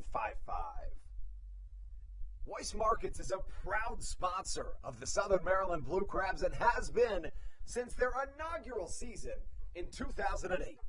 Weiss Markets also presents one of the Blue Crabs' best and most famous promotions every single year. Kids can get in free to every single Blue Crabs game of every single year simply by wearing a jersey thanks to Weiss Markets. Weiss Markets can help you with all of your game day needs for a great price. Stop in at your local Weiss today. Eat better, spend less. That's wise. Weiss Markets is a proud sponsor of the Southern Maryland Blue Crabs.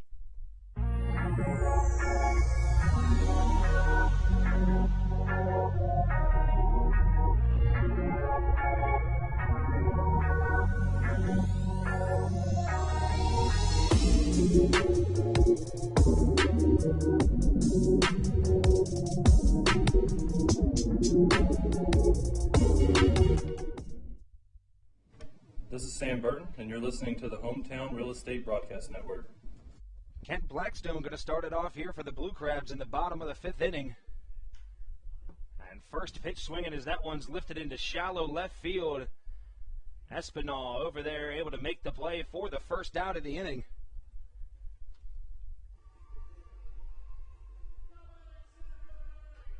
As we talked about, Espinal put the Revs on the board with a big solo home run that landed on top of the picnic deck back in the first half of this 5th inning. Zach's going to bring up the power bat of the center fielder, Zach Collier.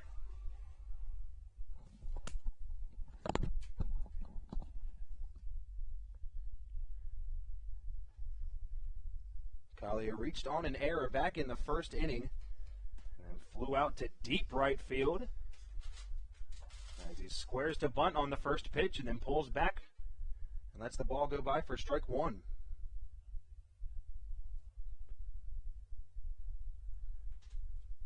Had the wind have been even just not blowing in, if there was just no wind in the air, I think Collier's first at-bat would have resulted in a home run. As that pitch going to be hit off the end of the bat, chopper over to third base. Unable to make the play as Sanzone over at third, as Collier is able to beat that one out for an infield hit.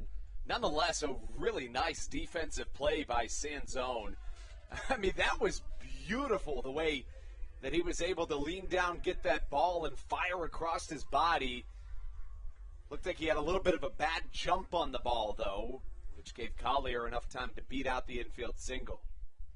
You know, I don't think he was expecting that, despite Collier showing bunt on that first pitch. But nonetheless, now there's a runner on here with one out for David Harris. He was singled back in the third inning on a line drive up the middle. Harris squares to bunt as well, but leaves that ball as it's low and out of the zone for ball one. Harris also flied out to Encarnacion in right field back in the first inning, as he's 1 for 2 on the day.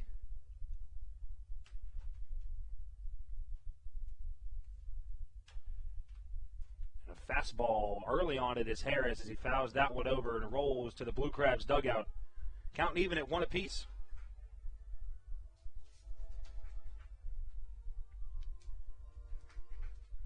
You know, it's interesting. The Revs have scored first in each of the last 3 games entering this series. The Blue Crabs were 3-7 when their opponent scored first, but have won each of the last 3 games. Now, as we said, a completely different Blue Crabs team. And they've done it with the help of this middle of the lineup of David Harris, Josh McAdams, and Alex Crosby. As that one's ripped into the gap in left center field. Darian Sanford able to cut that ball off. Collier thinks about taking third, but he will hold off at second base. As 2 back-to-back hits, as now there's a runner in scoring position. Runners on first and second for the Blue Crabs, as Josh McAdams now comes to the plate with 1 out in the inning. Southern Maryland's had a ton of chances here today. Your Blue Crabs have left a good amount of runners on base already here in this ball game. Blue Crabs 0 for 6 with runners in scoring position. The Revs just 0 for 1 with runners in scoring position. And the Blue Crabs left 7 guys on base, as you said. Something they had trouble with in the beginning of this season. The first pitch to McAdams. That one's in off the hands, and it jammed him as he pops that one up into foul territory down the first base line. And Carlos Castro is going to be there to gobble that one up for the second out of the inning. As now Alex Crosby still looking for his first hit of the game, as we said earlier, currently riding a 12-game hitting streak. Crosby's already left 5 individuals on base throughout this ball game so far. Technically 4, but I say technically because he grounded into a double play, so really 1 less than it seemed to be. Crosby came up with the bases loaded in the first and lined out to the center fielder Darian Sanford before grounding into an inning-ending double play in the third with runners on first and second. When he lined out to Darian Sanford back in the first, another one of those hits that looked like it was going to stay in here as he rips that one to deep right field, but Encarnacion once again at the warning track reins that one in for the third out of the inning. And now that is 3 of our 5 innings. We have runners left on base on a deep fly ball to right field. I mean, that was a shot, and it looked like it was going to be out off the bat. As you look at it, of course, the flag has stopped moving. So it seems like the wind isn't quite sure what it wants to do. But, I mean, that's a heartbreaker if you're Alex Crosby and the Blue Crabs. We'll be back. Daryl Thompson back on the mound for the top of the 6th inning here at Regency Furniture Stadium. Stevie Bowen alongside Andrew Banstro. We'll be right back here on the Hometown Real Estate Broadcast Network.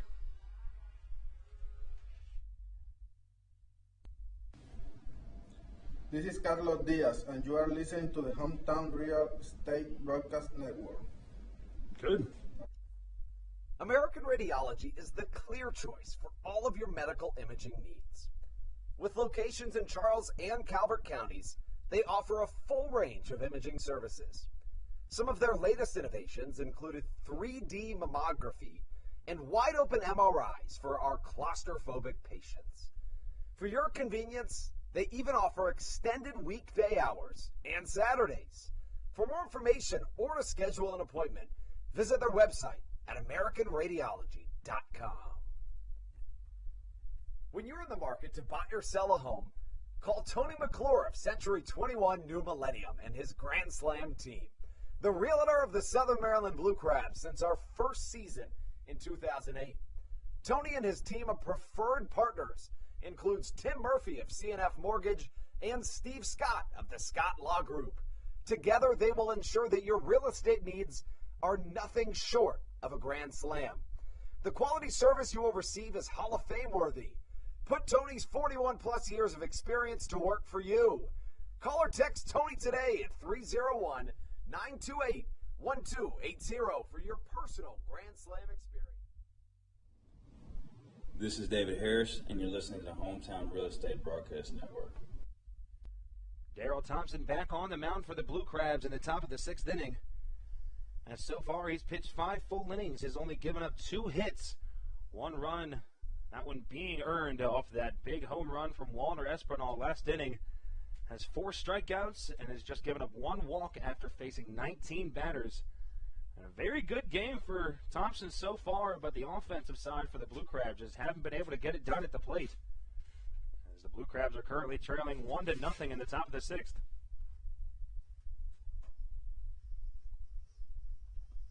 The 1-0 pitch from Thompson. That ball grounded over to the left side from the bat of Harris. And it looked to be a close play at first as Michael Baca wasn't sure if the throw was going to get there in time, but for the first out of the inning, nice play.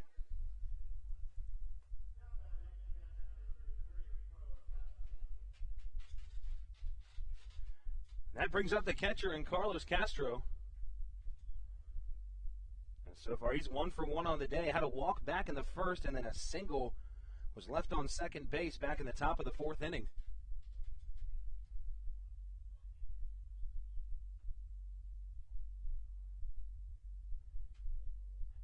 From Thompson. First pitch fastball hits right on the inner half of the strike zone. As he starts off with an 0-1 count to Castro. Second pitch from Thompson, breaking ball low and in the dirt. Count runs even at 1 apiece.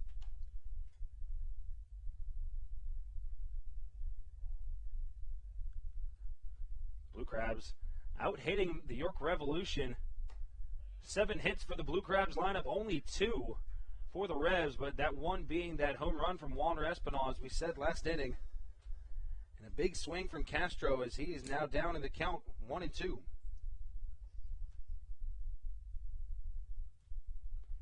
The 1-2 pitch way out in front of the breaking ball is Castro. And Daryl Thompson just making him look silly.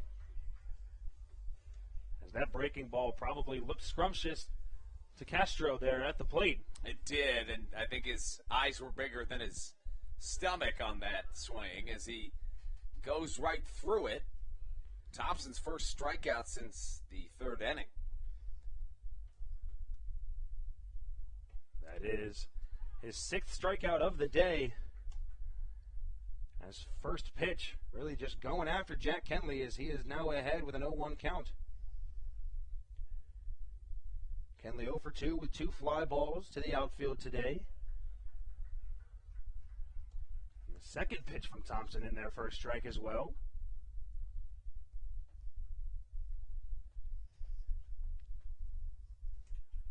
Thompson really just dominating on the mound, aggressively getting at these batters. As that ball grounded down the right field line is foul. Count stays at 0-2. And Daryl Thompson's somebody that over the last 2 years, implying 2019, not 2020, of course, didn't have a season, but he's gotten better run support than any Blue Crabs pitcher this afternoon, not getting that. And the 0-2 pitch, breaking ball on the outer half of the plate. That one misses for ball one. As a fastball on a 1-2 pitch is belted out to right field. David Harris is under it for the third out of the inning.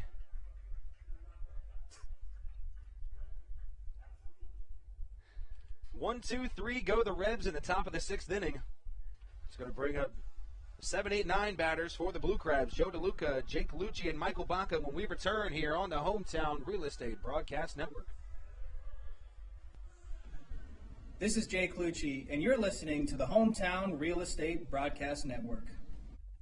Dyson Building Center is one of the oldest family-owned and operated hardware, lumber, and building supply stores in Southern Maryland. They are located in St. Mary's County on Route 5 in Great Mills. Dyson's has an expansive and diverse inventory to help you with all of your home improvement and project needs. Whether you're new to the world of DIY, a tried and true DIY professional, or somewhere in between, the friendly and experienced staff at Dyson Building Center is ready and willing to help you today. In February of 2020, Regency Furniture Stadium and the Southern Maryland Blue Crabs were given what we view as an honor, being named the 4th mass vaccination site in the state of Maryland. Here's a message from Regency Furniture about the honor that it has been and still is to be one of Maryland's mass vaccination sites, getting our community back to safety.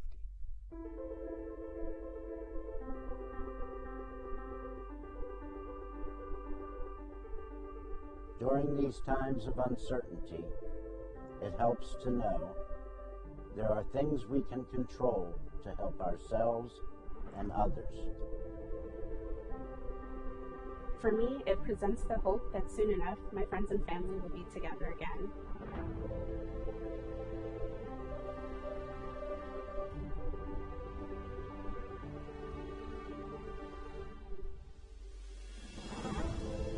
I want to take this moment to thank the Maryland National Guard for their support in helping to facilitate and manage the vaccinations here at the Regency Furniture Stadium. We just think it's so important for everyone to do their part. This is Jake Marshall, and you're listening to the Hometown Real Estate Broadcast Network. Alex Sanabia still on the mound for the York Revolution as we head into the bottom of the sixth inning at Regency Furniture Stadium. Stevie Bowen alongside me, Andrew Banstra, as the Blue Crabs are trailing 1-0.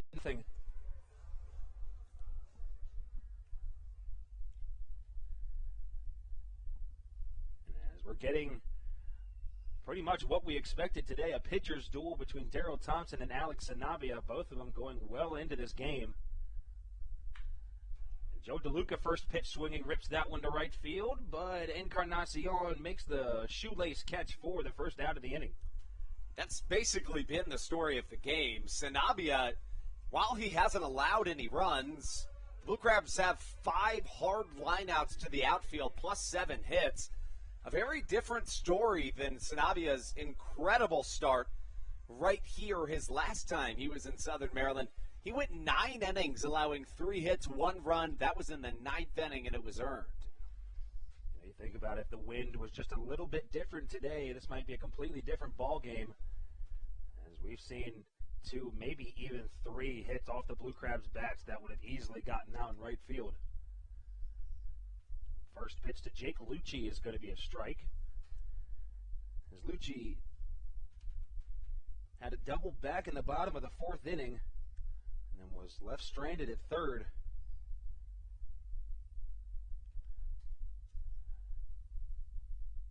And the 0-1 pitch from Sanabia. Jake Lucci swinging ground ball up the middle. Second baseman Kenley looked to stumble a little bit there while fielding the ball, but was able to make the play for the second out of the inning. Little aggressiveness showing from the bottom half of the Blue Crabs lineup this half inning.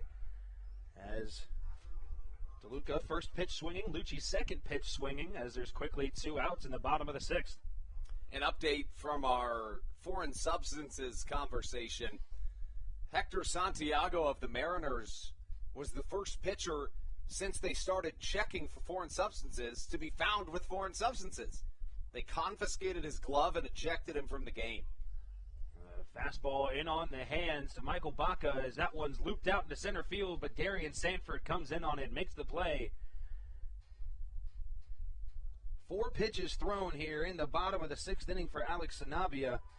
And if you're the Blue Crabs, your main goal in this point of the game is to get him out of the game, and that's really just not how you're going to do it if you let him get in and out of there on those quick pitches. I agree. Now we head in the top of the 7th inning. Blue Crabs still trailing 1-0. We'll be back on the Hometown Real Estate Broadcast Network.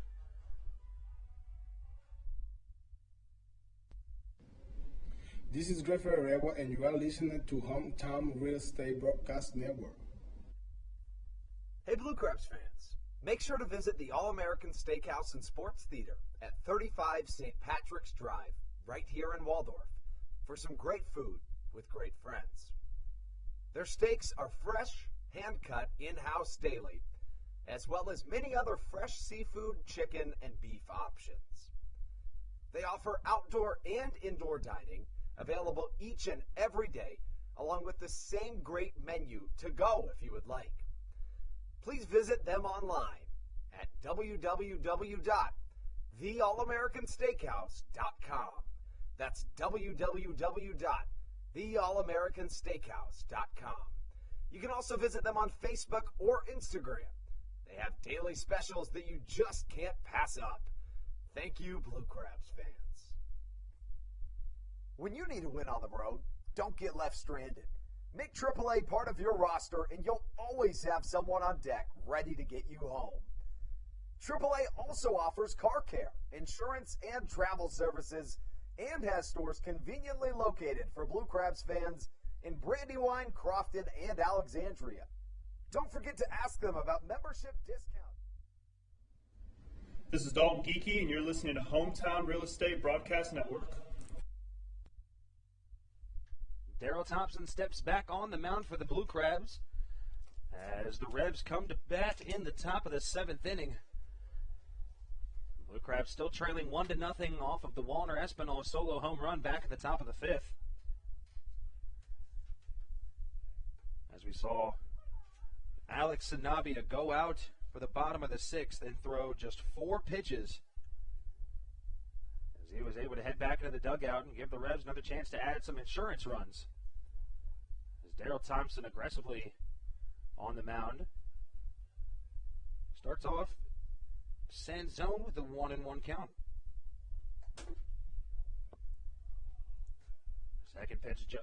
Third pitch just misses the strike zone on the outer half. His count now runs 2-1. Fastball in on the hands, popped up to be shallow center field. Michael Baca ranging over deep into Kent Blackstone territory over on the right side of the field, but able to make the play for out number 1. Good job taking charge by Michael Baca. You're right, probably the ball of Kent Blackstone, but of course the shortstop is the captain of the infield, has priority over everybody in the infield.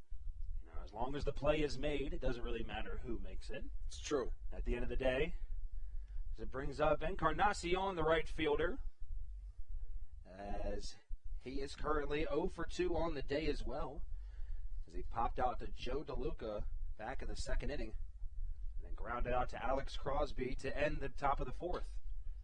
Second pitch, that one's laced into deep left field. Hibbert's going to have to play it off the wall. He's going to shoot for second base. The tag gets put on him, but Encarnacion in there in time for a 1-out double off the wall and left. You can't play a ball better than that. Matt Hibbert, in his 2nd start as a Blue Crab at Regency Furniture Stadium, he barehanded that off one bounce off the mini monster and literally put it right into the glove of Kent Blackstone, but Encarnacion's speed was unable to retire the out. So got a little excited there as, honestly, I thought we were going to see him throw him out from left field as well. Beautifully played ball off the wall. Now runner in scoring position for the Revs. As that brings up the 7 batter, the guy that put the Revs on the board back in the 5th inning, Walner Espinal. As he looks at the first pitch outside for ball 1.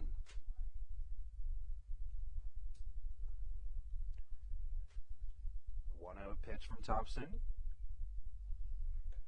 Breaking ball, Espinal way out in front of it. Daryl Thompson has been using that breaking ball a lot this game. He seems to be really hitting his spots with it, doing well so far today. Yeah, when you're constantly hitting the zone with 88-mile-an-hour fastballs, and all of a sudden you toss in a 70-mile-an-hour curveball, there's no way to adjust to that. Ball grounded over to Josh McAdams at first, played on a hop. Nice play over there. As Encarnacion's going to take off for third, and they're going to say he was hosed by Alex Crosby as he tried to steal third base, but he's going to want a review. The only thing I could think of, because he did look safe, but maybe while he was diving, McAdams kept the tag on him. He may have came off the bag for just a moment. But nonetheless, a nice play, way to get out of a runner in scoring position there. As now we head into the bottom of the seventh inning. Andrew Bandstra going to be back on the call for the rest of the game as the Blue Crabs trying to put one across the board and hopefully tie this game up in the bottom of the seventh. We'll be back on the Hometown Real Estate Broadcast Network.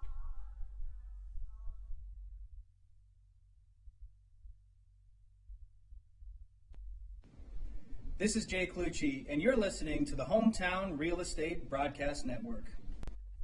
Dyson Building Center is one of the oldest family-owned and operated hardware, lumber, and building supply stores in Southern Maryland. They are located in St. Mary's County on Route 5 in Great Mills. Dyson's has an expansive and diverse inventory to help you with all of your home improvement and project needs. Whether you're new to the world of DIY, a tried and true DIY professional, or somewhere in between, the friendly and experienced staff at Dyson Building Center is ready and willing to help you today. In February of 2020, Regency Furniture Stadium and the Southern Maryland Blue Crabs were given what we view as an honor, being named the 4th mass vaccination site in the state of Maryland. Here's a message from Regency Furniture about the honor that it has been and still is to be one of Maryland's mass vaccination sites, getting our community back to safety.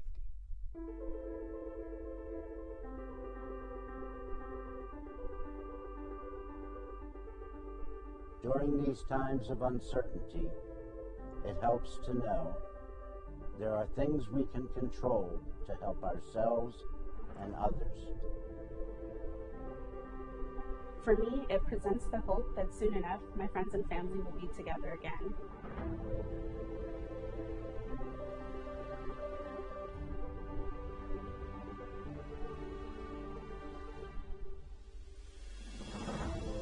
I just want to take this moment to thank the Maryland National Guard for their support in helping to facilitate and manage the vaccinations here at the Regency Furniture Stadium. We just think it's so important for everyone to do their part, and we're just grateful for their support.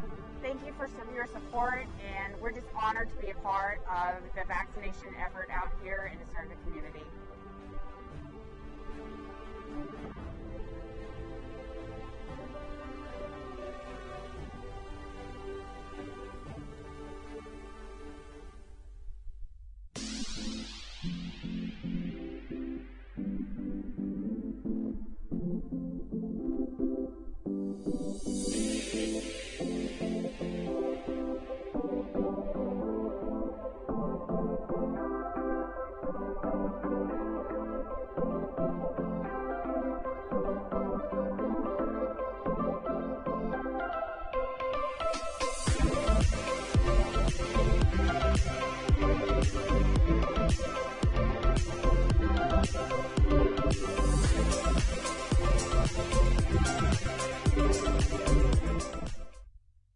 This is Jake Marshall, and you're listening to the Hometown Real Estate Broadcast Network.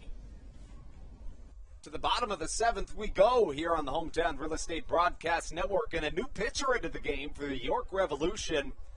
Last time Alex Sanabia pitched here, he tossed a complete game, but this time, after 6 scoreless, he's pulled for Alberto Rodriguez, who enters the game. Rodriguez has pitched against the Blue Crabs twice this series. We're considering the series, of course, to date back to the Blue Crabs' trip to York. In those 2 appearances, Rodriguez has allowed 1 earned run, 2 total runs, as Mark Mason is going to have a discussion with his shortstop right now, who he is, I believe, just either pulled out of the game or, no, it actually looks like he's asking for a different glove as he's going to move to right field, which makes me have to assume that the Revs right fielder J.C. Encarnacion is out of this game. Jan Sanchez comes off the bench and into the shortstop position. Considering Sanchez is available to play, I'm honestly surprised he hasn't been playing the last few days. I kind of assumed that Sanchez might have been injured because we saw him the last time York was actually, no, it was in that first game. That first game back, we saw Jan Sanchez in the lineup and started off the number 2 batter with a home run at the top of the first inning. That's right. Sanchez in 15 games, a .393 hitter. Surprised we haven't seen him, honestly. You know, I just kind of assumed he was one of those guys like Melky Mesa, maybe just off an injury at the moment, but we'll see him get thrown in here late in the game. Same with Alberto Rodriguez. He's 1-0 on the year with a .574 ERA. He's pitched 15 2/3 innings, allowed 12 runs, 10 earned. He has walked 6 batters, struck out 19. He's also allowed 21 hits in nearly 16 innings of work this year. First batter he faces is Matt Hibbert. Top of the lineup up for the Blue Crabs as Hibbert takes high and tight, ball 1. You know, Hibbert's been seeing a lot of fastballs high and tight today. He was hit by one of them back in the bottom of the second inning. Rodriguez misses again with the second pitch. Looking at the MLB today, there is a perfect game that's happening. It's between the Pittsburgh Pirates and the St. Louis Cardinals. And if I told you that, you'd probably assume that the St. Louis pitcher has the perfect game. I did until I had just looked at your computer. Not the case. Because when you look at that game, it is Max Kranick who has the perfect game going. In fact, Stevie, this is his first start of the year, his first appearance of the year. And he's got a perfect game through 5. What a way to show out in your first appearance. In fact, this is his MLB debut. Pretty incredible. Now, this might be a dumb question because I feel like this is something that definitely has happened before. But there's definitely been a pitcher who has thrown a no-hitter or a perfect game in their debut before, you would think? I would actually guess not. Really? If you just asked me, I would say almost with somewhat certainty that a perfect game at an MLB debut hasn't happened. And with relative confidence that a no-hitter has not. Although it would be a good question to get to the bottom of as Hibbert walks on 4 pitches. We will get to the bottom of that question and give you the final line on Alex Sanabia. He went 6 innings, no runs, but he allowed 7 hits, walked 1 batter, and struck out another.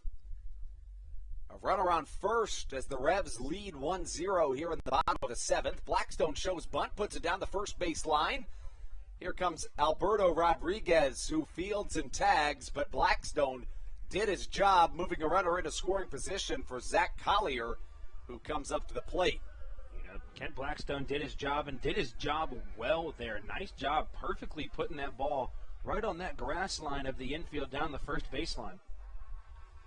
You'd think if maybe it was Matt Hibbert or Zach Collier or someone with a little bit more speed, they might have been able to beat that one out, but nice job by Kent Blackstone just getting the job done. So there has been 1 no-hitter in MLB history on somebody's MLB debut. It was Charles Leander Bumpus Jones. Everybody knows Charles Leander Bumpus Jones. That's actually my great-great-great-grandfather. Of course it is. Of course it is. That was back in the the late 1800s. Collier takes inside ball 1. There has also been a no-hitter on opening day of a season. It was from the heater from Van Meter, as they call him, Bob Feller, an Iowa native. easily the best Iowan to ever play in the MLB. You're looking at me with a confused face as if... I'm trying to think of how many Iowans I know that played in the MLB, and I now know of one, which is Bob Feller. Not a ton. Casey Blake is another one that comes to mind. Okay. In the MLB right now, there's a couple. A.J. Puck is one. He's a prospect coming up. Another is Mitch Keller, one of the top prospects in the country. A lot of, actually, basically every single top prospect has played in Iowa at some point in their career, and I'll tell you why. Iowa is the only state in America that plays their high school baseball in the summer as opposed to the spring. So our high school season goes all the way through August. Interesting. So we're not even in school when we're playing baseball. And that's got to be pretty cool. It is. So as Zach Collier hit by a pitch, and he's down on the ground. Looks like it hit him in the left hand as Lauren Eck immediately will attend to him, as will Joe Walsh. It looked originally that might have hit off the front elbow, but I think you're right. I think it was that left hand that got hit there. Looks like Collier will be okay. They're going to make sure that they're going to call that a hit by pitch. Yes, they will. He's all right. So because they play in the summer, Iowa doesn't do American Legion baseball like every other state does. Instead, we play fall baseball and spring baseball. And that has to be through some sort of outside league. So way back in the day, an organization called Perfect Game was created, which is now well known as an international brand for prospects in baseball. But actually, before I applied here, I applied for a job with Perfect Game. There you go. Got an interview. Didn't get the job. Perfect Game, actually, again, based out of Cedar Rapids, Iowa. Perfect Game Field is where the Cedar Rapids Colonels play. Single-A affiliate of the Angels. As Alberto Rodriguez has the plug pulled, he will exit this game with runners on first and second and one out. The go-ahead run stands at first base. We'll be right back, get you some information on the newcomer into this game. On the other end of this break, you're listening to the Hometown Real Estate Broadcast Network. This is Josh McAdams, and you're listening to the Hometown Real Estate Broadcast Network. Did you know that the Washington, D.C. metro area is the 5th most expensive place to live in the entire United States of America? Sometimes finding affordable housing in this area can feel impossible. If you're struggling to find affordable housing, look no further than the Villages of St. Charles by Ross Properties. You can visit them online at villagesatstcharles.com for more information today. Villages of St. Charles. They'll have you safe at home. There's nothing quite like when the Blue Crabs retire the side. At Wealth Management Partners, they're on your side for your retirement planning needs. It's never too early to start planning your retirement. Talk to the experienced financial advisors of Wealth Management Partners located right here in Waldorf. Call them today at 301-885-0955. Again, Wealth Management Partners. Call them today at 301-885-0955.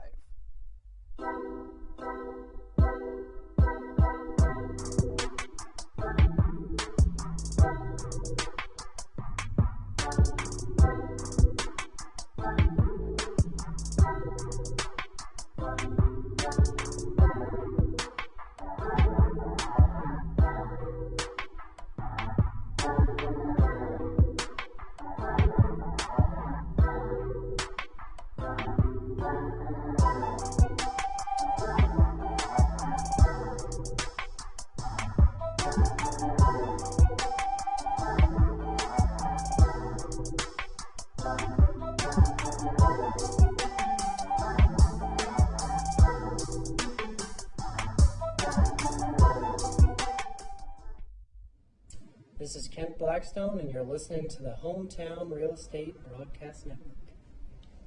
The new arm into the game, Victor Capion, we saw him just a few nights ago. In fact, he was signed by the York Revolution hours before the series opener back on Friday, June 25th, a few days ago. Make that the 22nd, I beg your pardon. He pitched twice against the Blue Crabs at York, combined for 2 innings, no runs or hits. But his most recent appearance was on that 25th. He went a third of an inning, allowed a hit. It was a home run and was pulled out of the game immediately. Capion began the season in the Mexican Baseball League as a member of Pirates de Campeche. He actually had a 4.32 ERA in the Mexican Baseball League, which generally, as we take a break for this fly ball to right field, David Harris hits it far that way. Thought about tagging up, did Matt Hibbert at second, but he'll go back to second base as the second out of the inning has been recorded. That's the third time David Harris has either reached base or gotten out on the first pitch of an at-bat. And that brings up Josh McAdams to finish that point.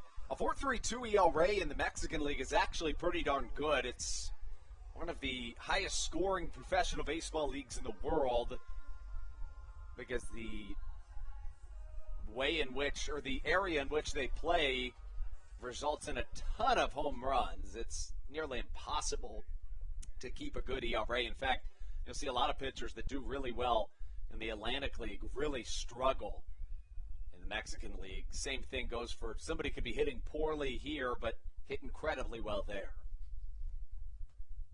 Capion, 1 pitch, 1 out. First pitch to Josh McAdams, misses outside for ball number 1.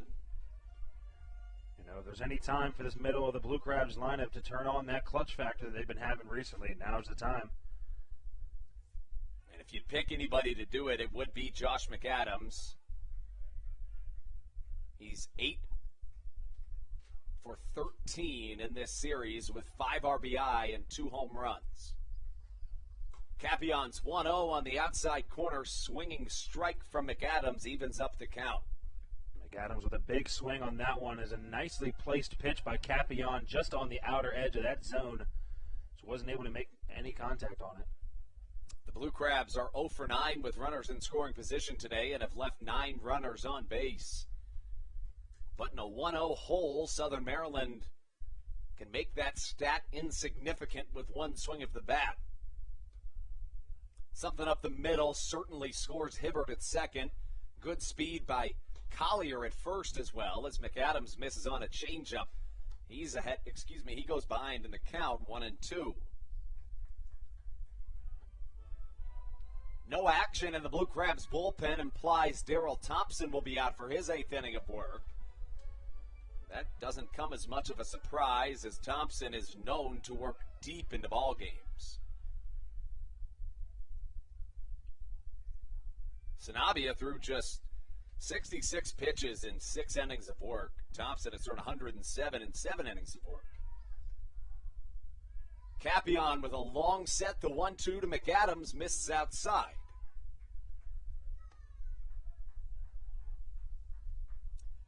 Capion signed by the Revs not too long ago. He actually pitched for York in 2019. Had a 1.69 ERA with the Revs. Capion, a reliable arm for Mark Mason. The Revs took advantage against him on Friday. The Crabs did. The 2-2 chopped foul and will stay at 2 balls and 2 strikes. An interesting play over in foul territory. Alex Crosby on the on-deck circle was hit by a very slow-moving ground ball. It literally rolled up his leg. He kicked it up, caught it in his hand, and tossed it to the bat boy, Chris Morris. Nice. Smooth. McAdams awaiting the 2-2 delivery from Victor Capion. Josh McAdams looking to play hero here in the late innings.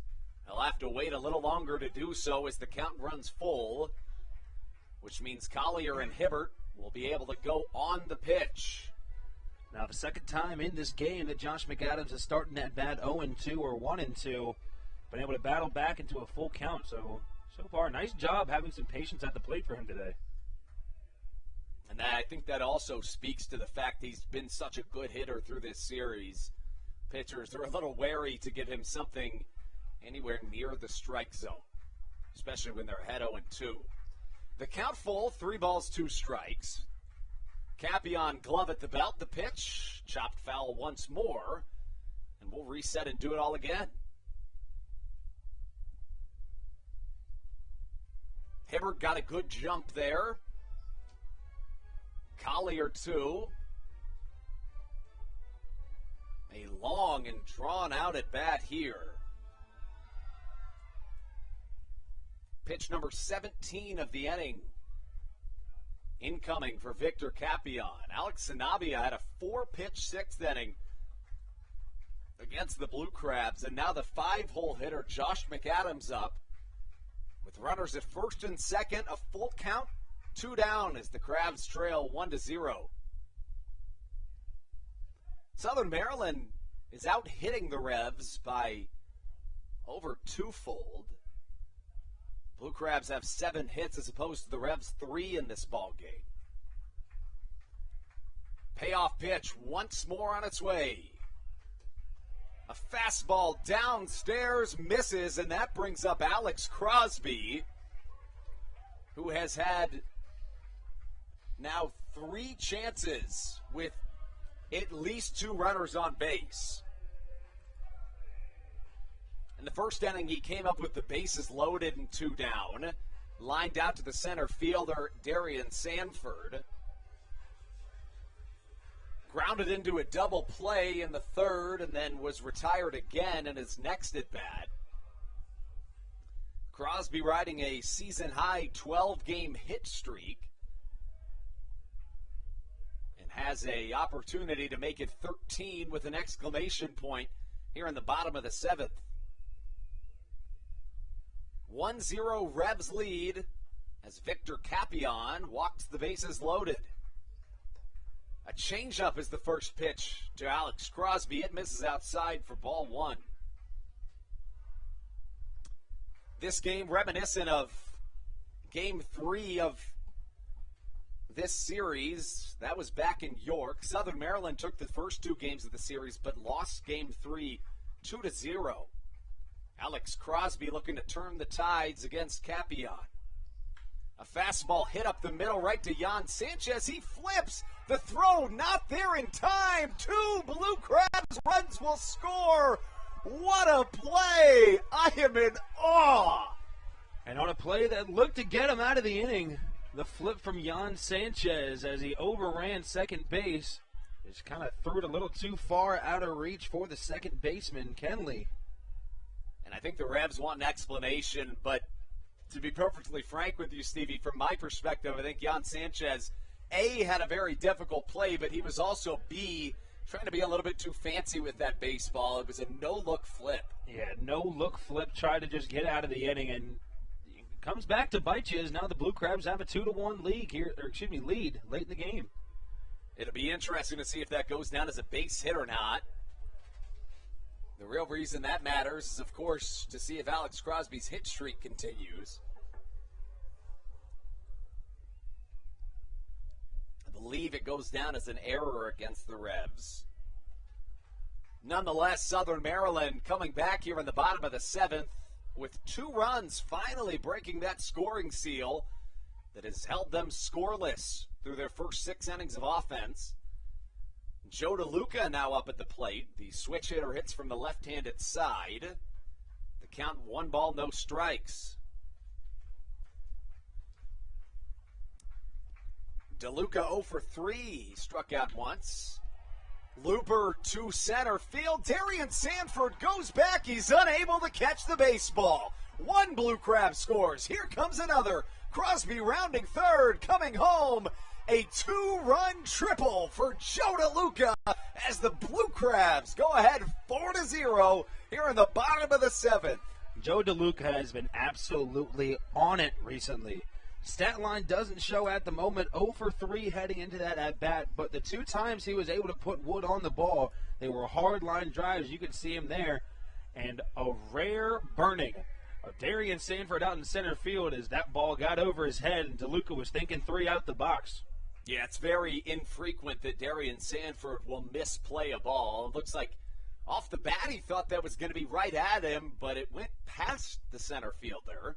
As Southern Maryland capitalizes on a pair of York mistakes here in the bottom of the 7th inning. The Blue Crabs on top 4-1. The 5th runner of the inning awaits just 90 feet away from Jake Lucci, who now takes the left-handed batter's box. First pitch from Capion inside for strike 1. Yeah, this late inning comeback just goes to show the fight that this Blue Crabs team has. A lot of comeback victories in that road stretch as this team just doesn't know when to quit. It's true. We talked about that before the game. A young team with a lot of fight in them. They show it here in the bottom of the 7th as Capion misses way outside to even the count on a ball and a strike. You know, we talked about it. Southern Maryland had 3 massive comeback victories in their most recent road trip. Scored 4 or more runs from the 7th inning on 3 occasions. Didn't need to do it today, but they sure did. 4 runs in the bottom of the 7th. And that's the magic number we've brought up a couple times for the Blue Crabs. Southern Maryland 13-3 this year when they have scored 4 or more runs. Now, if the Blue Crabs are able to hold this lead, this is now just another time that the Revs are the team that scored first, but the Blue Crabs able to pull out the win. We'll see if they can hold it for the final 2 innings. Lucci waves at a fastball as the count evens at 2 balls and 2 strikes. And, you know, you look back at Alex Sanabia being pulled after 6 innings of work. He was fantastic. No runs allowed, walked 1, allowed 7 hits. Alberto Rodriguez began this inning for the Revs. He went a third. Allowed no hits, but walked 1 and hit 1. 2 runs went against his line, only 1 of them earned. Same story for Victor Capion. Lucci flares 1 to shallow center field. Here comes Darian Sanford. This time he does not allow that one to evade his glove, but not before. The Blue Crabs can plate 4 runs here in the bottom of the 7th.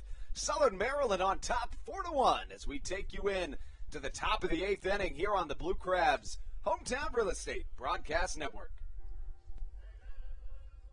Hey Blue Crabs fans, make sure to visit the All-American Steakhouse and Sports Theater at 35 St. Patrick's Drive, right here in Waldorf, for some great food with great friends. Their steaks are fresh, hand-cut, in-house daily, as well as many other fresh seafood, chicken, and beef options. They offer outdoor and indoor dining, available each and every day, along with the same great menu to go if you would like. Please visit them online at www.theallamericansteakhouse.com. That's www.theallamericansteakhouse.com. You can also visit them on Facebook or Instagram. They have daily specials that you just can't pass up. Thank you, Blue Crabs fans. All Pawn is Southern Maryland's premier pawn shop and is the official pawn shop of the Southern Maryland Blue Crabs. Stop by and say hello today. They've been a part of the Southern Maryland community for 18 years. If you need some cash to hold you over, or if you're just doing some spring cleaning and want to clear some stuff out, please bring it by All Pawn and let them make you an offer. If you have broken jewelry or some that you just don't want anymore, please bring it by and they'll pay you more than anyone in the Tri-County area. They're located on 301 in White Plains, just south of DeMar Road. Go Blue Crabs!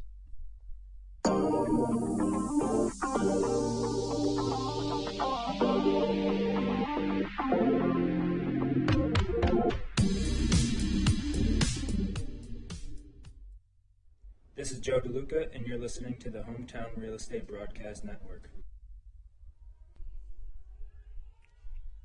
Daryl Thompson out onto the mound for your Blue Crabs as we take you into the top of the 8th inning of work.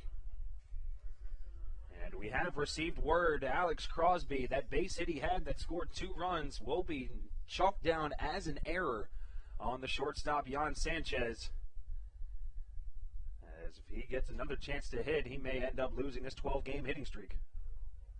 Thompson's first pitch of this top of the 8th inning, facing off against Tyler Hill. It misses. Second pitch evens the count at a ball and a strike. Your Blue Crabs leading 4-1 here in the top of the 8th. After a quartet of runs came around to score back in the bottom of the 7th. Once Southern Maryland finally broke that scoring seal, 2 more runs poured in. As we mentioned, Crosby reached on a 2-run error.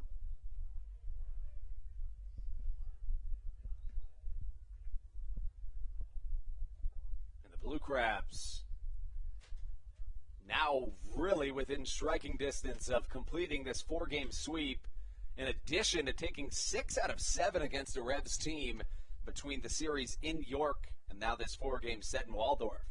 Big difference from the struggles they had against this Revs lineup earlier. Taking 6 out of 7 games against your division rival is very big to have. It's true. I mean, it's something that is going to have massive impacts on the entire season.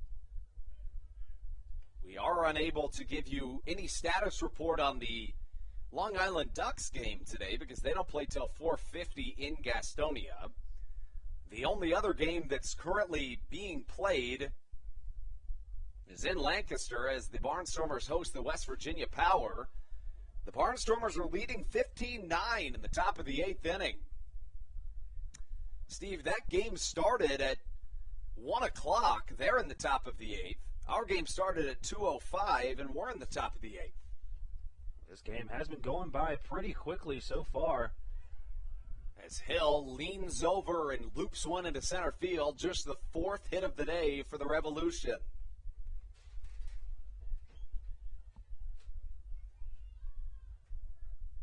It looks like we do have a pinch hitter coming up here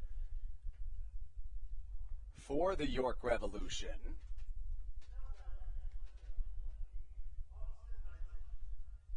And I believe that pinch hitter, Stevie, is actually a pitcher. It's a starting pitcher who pitched a few days ago. Austin Nicely will get the pinch hit opportunity. First pitch he sees misses inside, ball 1. You know, he doesn't look like your normal pitcher at the plate. This guy might be a hitter as well, you know. You come up there, you see Andres Briseño the other day having at bat. Normally pitchers are a little bit nervous. Of course, the other day was Briseño's first professional at bat ever. But it looks like Nicely is just pretty comfortable there in the box.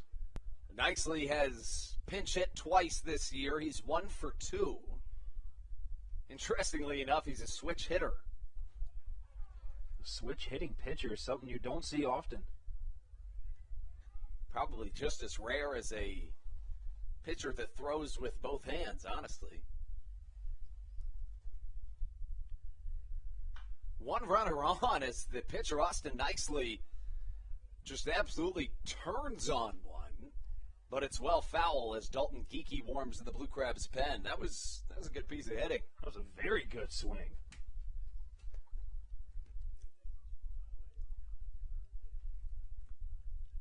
That basically puts to rest the question of whether Nicely can really hit. As he grounds one to the right side, Crosby fields, throws to second, and the 3-6-3 double play turned on Austin Nicely. How about it here in this top of the 8th?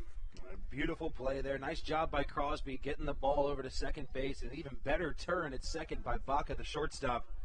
The Blue Crabs seem to be rolling now here in the top of the 8th inning. That flips the lineup back to the top. Darian Sanford comes to the plate. Sanford hitting 208 as we speak. So far,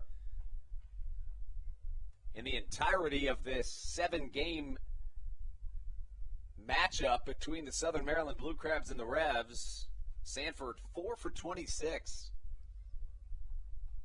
First pitch from Thompson, big looping curveball that misses outside. Yeah, there's that curveball we've been talking about. Thompson's been going after that a couple times this game already. Normally pretty good with his spots, as that one just missed outside. He responds with a fastball that catches the strike zone. The count 1-1. Thompson out of the windup. Curveball in there for strike 2. Daryl Thompson in line for his 4th win of the year should this 4-1 Blue Crabs lead hold. Fastball hit high in the air in shallow center field. Michael Baca ranges back and catches for out number 3. Southern Maryland turns 2 and it's another outfield pop-up to get through the top of the 8th inning. We take you into the bottom half of the 8th when we return on the Hometown Real Estate Broadcast Network.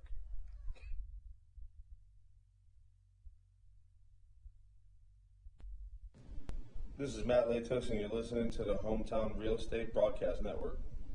Weiss Markets is a proud sponsor of the Southern Maryland Blue Crabs and has been since their inaugural season in 2008. Weiss Markets also presents one of the Blue Crabs' best and most famous promotions every single year. Kids can get in free to every single Blue Crabs game of every single year simply by wearing a jersey thanks to Weiss Markets. Weiss Markets can help you with all of your game day needs for a great price. Stop in at your local Weiss today. Eat better, spend less. That's wise. Weiss Markets is a proud sponsor of the Southern Maryland Blue Crabs. When you need a win on the road, don't get left stranded. Make AAA part of your roster and you'll always have someone on deck ready to get you home.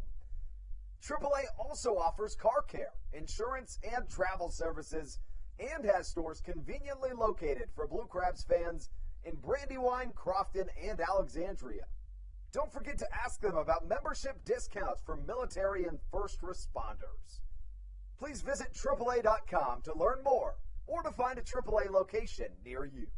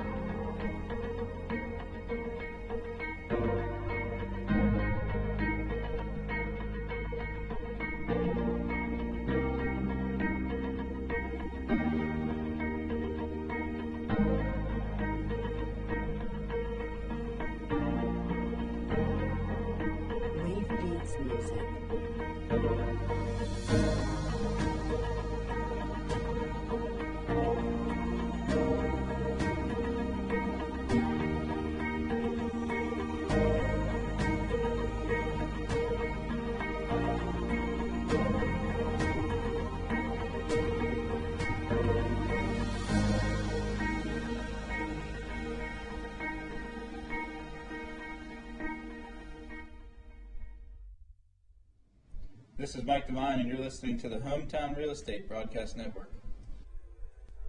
Michael Baca leads us off here in the bottom of the 8th inning.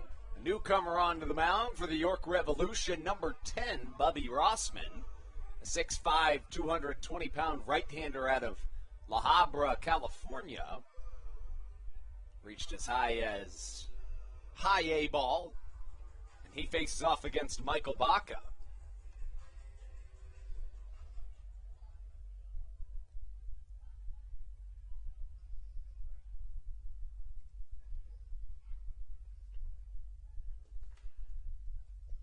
Baca at the plate so far today.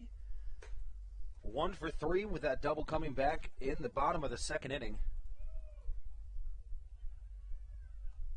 As the first pitch is a miss out of the zone for ball 1. Are you at all surprised to see Matt Latos not warming in the Blue Crabs bullpen? Instead, it's Carlos Diaz. We haven't seen Carlos Diaz yet this weekend. We saw Matt Latos on Friday come in for that first game, so I would say yes, a little bit. Normally he's the guy, especially in a situation just like this. We have at least 2 or 3 runs on top to secure that win. We'll see what Carlos Diaz can do when he comes out.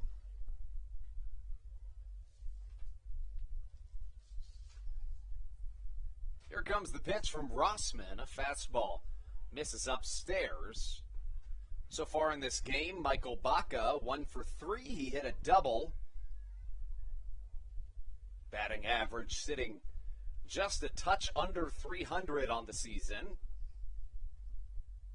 Baca signed by the Blue Crabs back on June 4th and has been a fantastic addition to this lineup. Spent some time at second base, but most of his time at shortstop. In terms of positions in the batting order, he's either right at the top or right at the bottom. He's only batted in the first or second spot in the lineup or the 8th or 9th spot in the lineup. As we talked about earlier, this guy could be a second leadoff guy, as you like to call that number 9 batter. As Baca thought that was ball 4, and so did the rest of the Southern Maryland fans, as he has to go back now to retrieve his bat for a 3-2 count. So Baca comes back into the right-handed batter's box as Bubby Rossman works the count full. Rossman wears number 10 on the back of his Revolution jersey. The pitch. Baca spoils it to the right side as we stay full. I can't tell if it's just the sun, but it does appear as though Rossman's glove is green, which I don't think I've ever seen before. I kind of like that color. It's like a seafoam mint-looking green. It's very descriptive. I like that. You're exactly right. I mean, that's exactly what it is. Thank you. As Darian Sanford in center field, there was a basketball that got onto the field of play. As I feel bad for him right now. That sucks to see. He tried to throw it back over the fence, but he missed. I don't know if it happened to be the wind or it just slipped out of his hand wrong. As he tried to hurl it over, it just kind of tailed right and hit the top of the batter's eye, like the tallest part of the fence, and brought it back in. While I appreciate you trying to give him the benefit of the doubt, the wind is going the opposite direction. You didn't have to say that. I didn't have to, but it needed to be said. Yeah, it did. The 3-2 once more comes in and hits Michael Baca on the hand. And the York Revolution dugout will argue that's a foul ball. We'll see what the umpire calls it. It looks like Baca certainly thinks it was a foul ball. You know, Baca walked off shaking his hand. I don't think he was trying to say that it hit him, because you kind of hear it. It sounded like he hit off the knob of the bat. It did. Maybe it caught a portion of his finger. Initially, it looked like the home plate umpire was signaling that it hit Baca, but I may have just seen that incorrectly. Well, either way, your hand is still going to hurt if it hits the knob. You know, you have your hand right up against the bottom of that bat.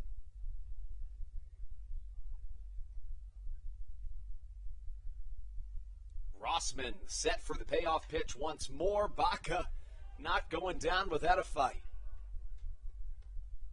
The right-handed hitting Michael Baca making Bubby Rossman work in his first batter faced here today.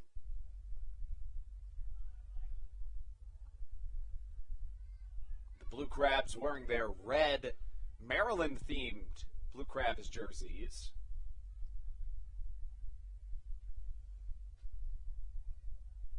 Rossman closed off out on the mound. The 3-2 once more. Fastball low and away, called strike 3. So an 8-pitch at bat to Michael Baca goes in favor of Bubby Rossman to flip the lineup back on top for Matt Hibbert. Good at bat for Baca. Obviously not the result he wanted. Thought that last pitch was a ball as well. He's had a decent eye at the plate so far, but that one just caught enough of the strike zone for out number 1.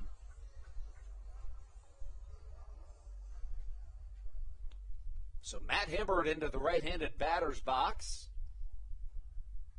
If Southern Maryland has their way, this will be their last at-bat of the ball game. They lead 4-1 here in the bottom of the 8th inning. First pitch from Rossman swung on and missed.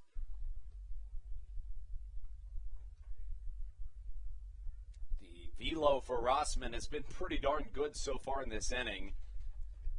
That last pitch, 95 miles an hour from the right-hander. Have to presume that Daryl Thompson's day is done. The pitch count pretty high, even for Daryl Thompson's standards. In his last start, he threw 121 pitches. here today. Daryl Thompson has thrown 124 pitches, and it's a lot to ask out of the right-hander to put him back out there for the 9th inning. Although as the pitching coach, he probably has some say. Probably the wise move, you would think, the safest decision to allow a closer to come in as a little chopper goes up the middle, hits off the heel of the glove of the pitcher, Bubby Rossman, who recovers, throws across the infield for out number 2. Nice play. Good reaction time. Ball wasn't hit extremely hard off the bat of Hibbert, but a nice job by Rossman on the mound, able to knock it down and make the play at first. That gives way to Kent Blackstone. Blackstone 0 for 3 today.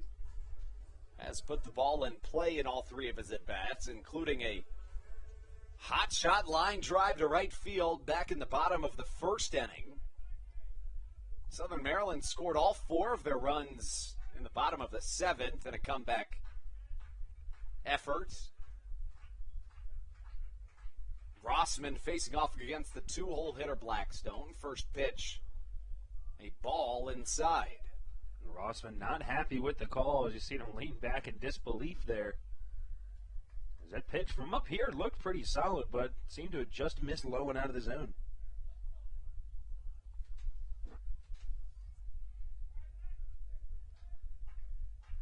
A long look home. Rossman's pitch, fastball inside, looped over the first baseman's outstretched glove. Tyler Hill unable to corral a line drive, and Kent Blackstone reaches base on a single. So that brings up Zach Collier. Collier 1 for 3 with a run scored today. A team leading .317 batting average among qualifiers. Matt Hibbert does have a higher batting average, but it's only played in 9 games. Hibbert's average at .325. Collier had a 10-game hit streak snapped on Friday in Game 2 of a doubleheader. He did reach base twice in that game, was hit by a pitch 2 times. Blackstone with a small lead at first as Zach Collier calls time at the plate, and it's granted by the home plate umpire. As a balloon comes up from the stands and comes right in front of us here in the press box. I'm not going to lie, I didn't know what it was at first. It made me jump. Me too. I thought there was something flying in the box. I did too. You never know what's going to happen in the Bayonet press box. Collier holds back on a fastball that misses the zone. But that just is yet another example of why I love my job. You never know what's going to happen. You could have a balloon fly into the press box. You just never know. Or a balloon just barely miss the Bayonet press box. 4-1 the score here in the bottom of the 8th inning. Zach Collier up to the plate. Mans the left-handed batter's box with a runner on first. That's Kent Blackstone. Rossman comes set. Back-turned glove at the belt. The pitch fouled away.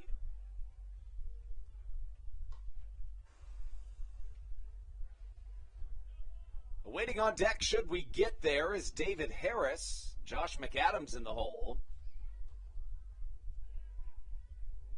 Collier, a native of Chino Hills, California.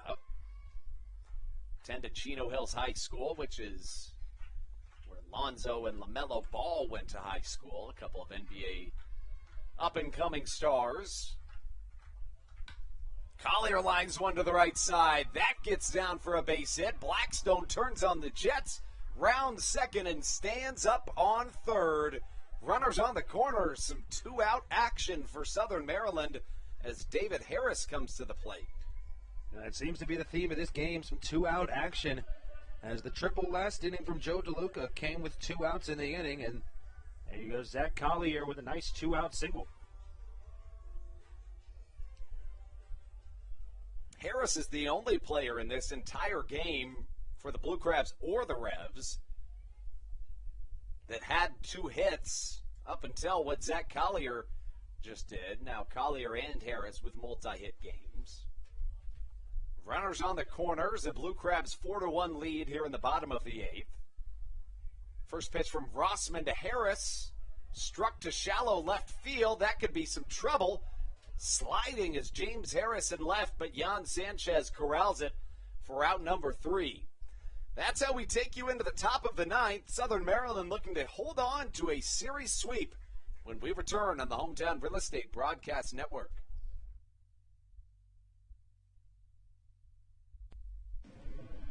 This is American Radiology is the clear choice for all of your medical imaging needs.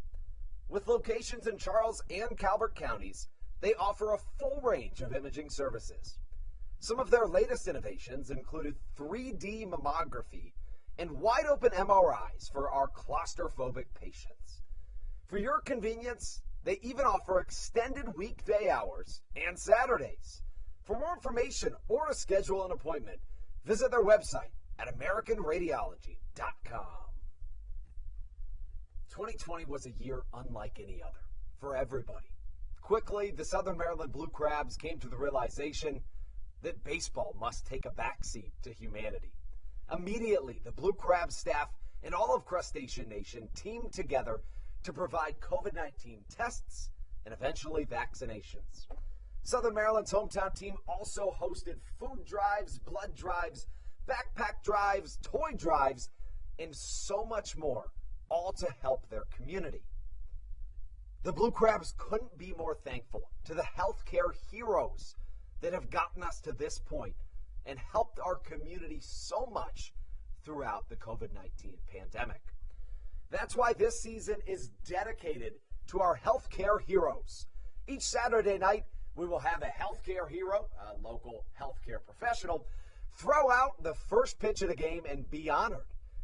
That's why in 2021, all season long, healthcare professionals get $5 tickets to every single Blue Crabs game.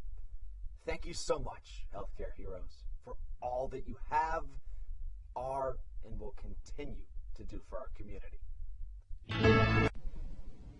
This is Daryl Thompson, and you're listening to the Hometown Real Estate Broadcast Network. So Stevie and I were talking about who would be the reliever that Stan Clyburn would turn to here in the 9th, but it's not a conversation we need to have because Daryl Thompson, 124 pitches into this ball game, is coming out for his 9th inning of work, and that's just something that Daryl Thompson is able to do. Probably the only pitcher in this league that's able to do something like that. He's got somewhat of a rubber arm as the right-hander begins his 9th inning of work with a fastball that misses upstairs. Another fastball. This one catches the zone. 1-1 the count. The deepest that Daryl Thompson has gone into a game this year was 8 innings. That was back on the Blue Crabs' home opener. A flare shot to the right side. Blackstone comes in and catches for out number 1. Thompson has not thrown a complete game this year, but he threw 4 in 2019, which was a big part of the reason Southern Maryland set a new Atlantic League record for complete games in a season by a pitching staff. The Blue Crabs had 14 that year. Carlos Castro comes up to the plate with 1 down, nobody on. A 4-1 Blue Crabs lead here in the top of the 9th inning. Southern Maryland with 4 runs back in the bottom of the 7th inning to crack the scoring seal late. Thompson misses with a changeup upstairs and gives his catcher Joe DeLuca an ear-to-ear grin. The right-hander set, glove in front of the face, the pitch. A fastball crosses the zone for strike number 1. Thompson has allowed just 4 hits here today. 1 run it was earned. That was back in the 5th inning. A beautiful changeup has Castro guessing. He swings through as he falls to a knee and behind in the count, 1-2. Southern Maryland 2 outs away from completing a series sweep and winning 6 of their last 7. All of those games against the York Revolution. Additionally, the Blue Crabs looking to win 11 of their last 13 games. Castro fouls one away to keep the count at a ball and 2 strikes. Looks like that ball got up on the roof, but made its way back down onto the concourse.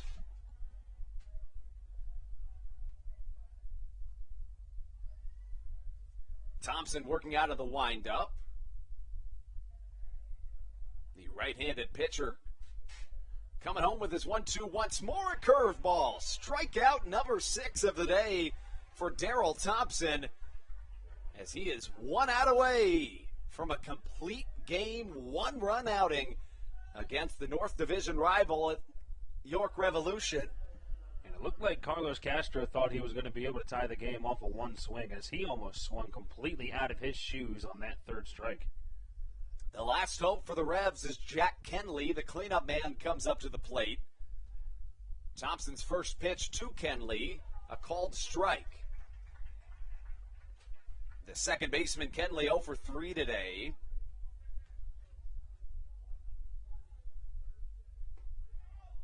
A curveball misses for ball number 1. Thompson has thrown 133 pitches now. Shoo. A curveball misses for pitch number 134. Definitely the most pitches he's thrown in a game this year, but you really wouldn't be able to tell if you were just watching him pitch. He's still got his stuff here in the 9th. Fastball just misses. Everybody in the ballpark thought it was strike 2 instead. It's ball 3.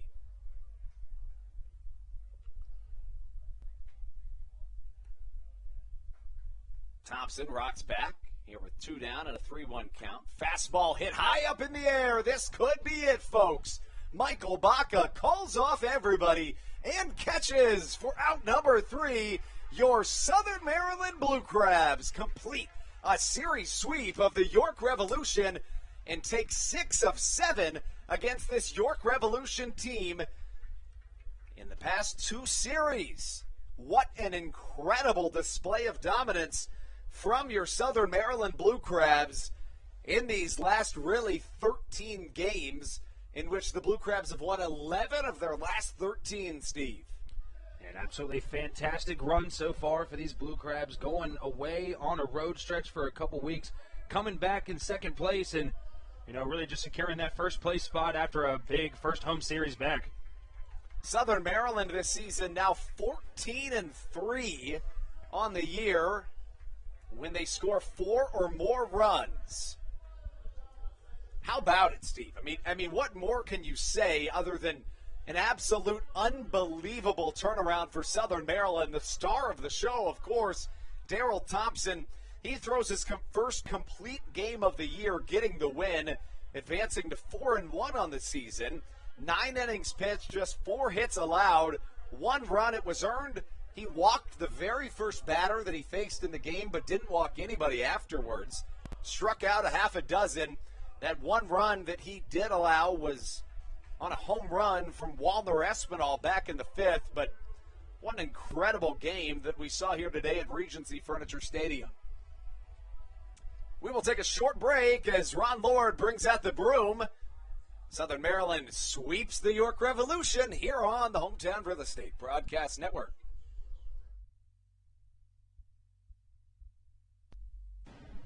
This is Joe DeLuca, and you're listening to the Hometown Real Estate Broadcast Network.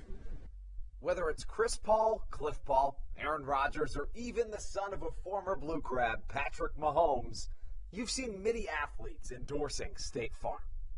That's because your State Farm agent has your back through good times and not so good times. That's why all the Blue Crabs, Daryl Thompson, and the whole team trust State Farm with their insurance needs. State Farm is the company people have trusted for over 99 years to help life go right. Call your local State Farm agent, Greg Conklin, today at 240-776-4289. When you're in the market to buy or sell a home, call Tony McClure of Century 21 New Millennium and his Grand Slam team, the realtor of the Southern Maryland Blue Crabs since our first season in 2008.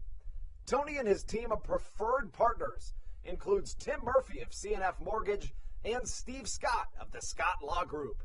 Together, they will ensure that your real estate needs are nothing short of a grand slam. The quality service you will receive is Hall of Fame worthy. Put Tony's 41-plus years of experience to work for you. Call or text Tony today at 301-928-1280 for your personal Grand Slam experience. Go Blue Crabs.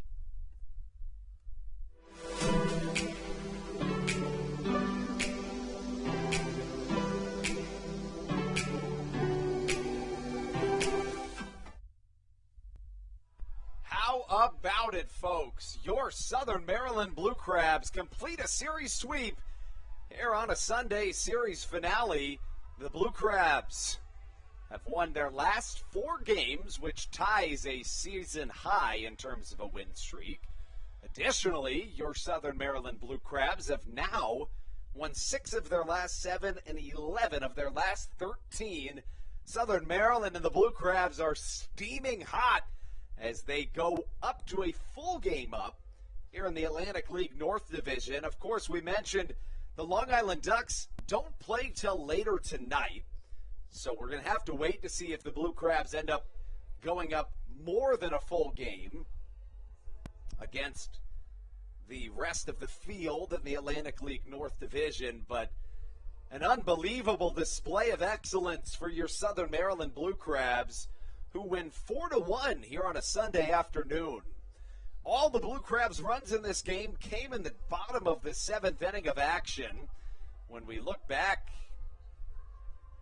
in the game, Southern Maryland struggled to bring runs across through the first 6 innings, although they didn't struggle to get base hits or even good contact for the largest majority of the contest.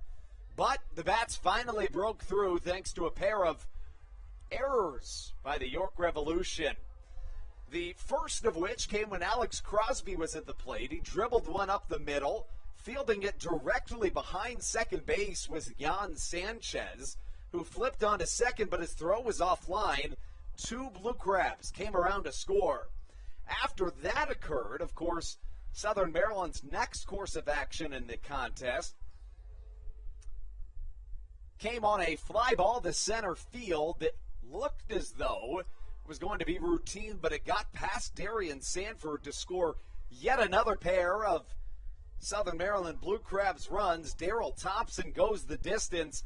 9 innings, 4 hits, 1 run was earned, 1 walk, half a dozen strikeouts, as your Southern Maryland Blue Crabs are now 1 game up in the Atlantic League North Division, a record of 15-13. We have won 11 of our last 13 games, and we take 6 of 7 against the York Revolution. Again, I think this is important enough stat to mention. Southern Maryland in 2019 went 4-16 against the York Revolution. In the past 6 days, they've won 6 games against the York Revolution. The Blue Crabs win today by a score of 4-1 thanks to Daryl Thompson, who picked up his 4th win of the season. Alberto Rodriguez gets the loss in the game. He also gets the hold. Capion Victor, that is, gets the blown save as the Blue Crabs advance to 15-13 on the season.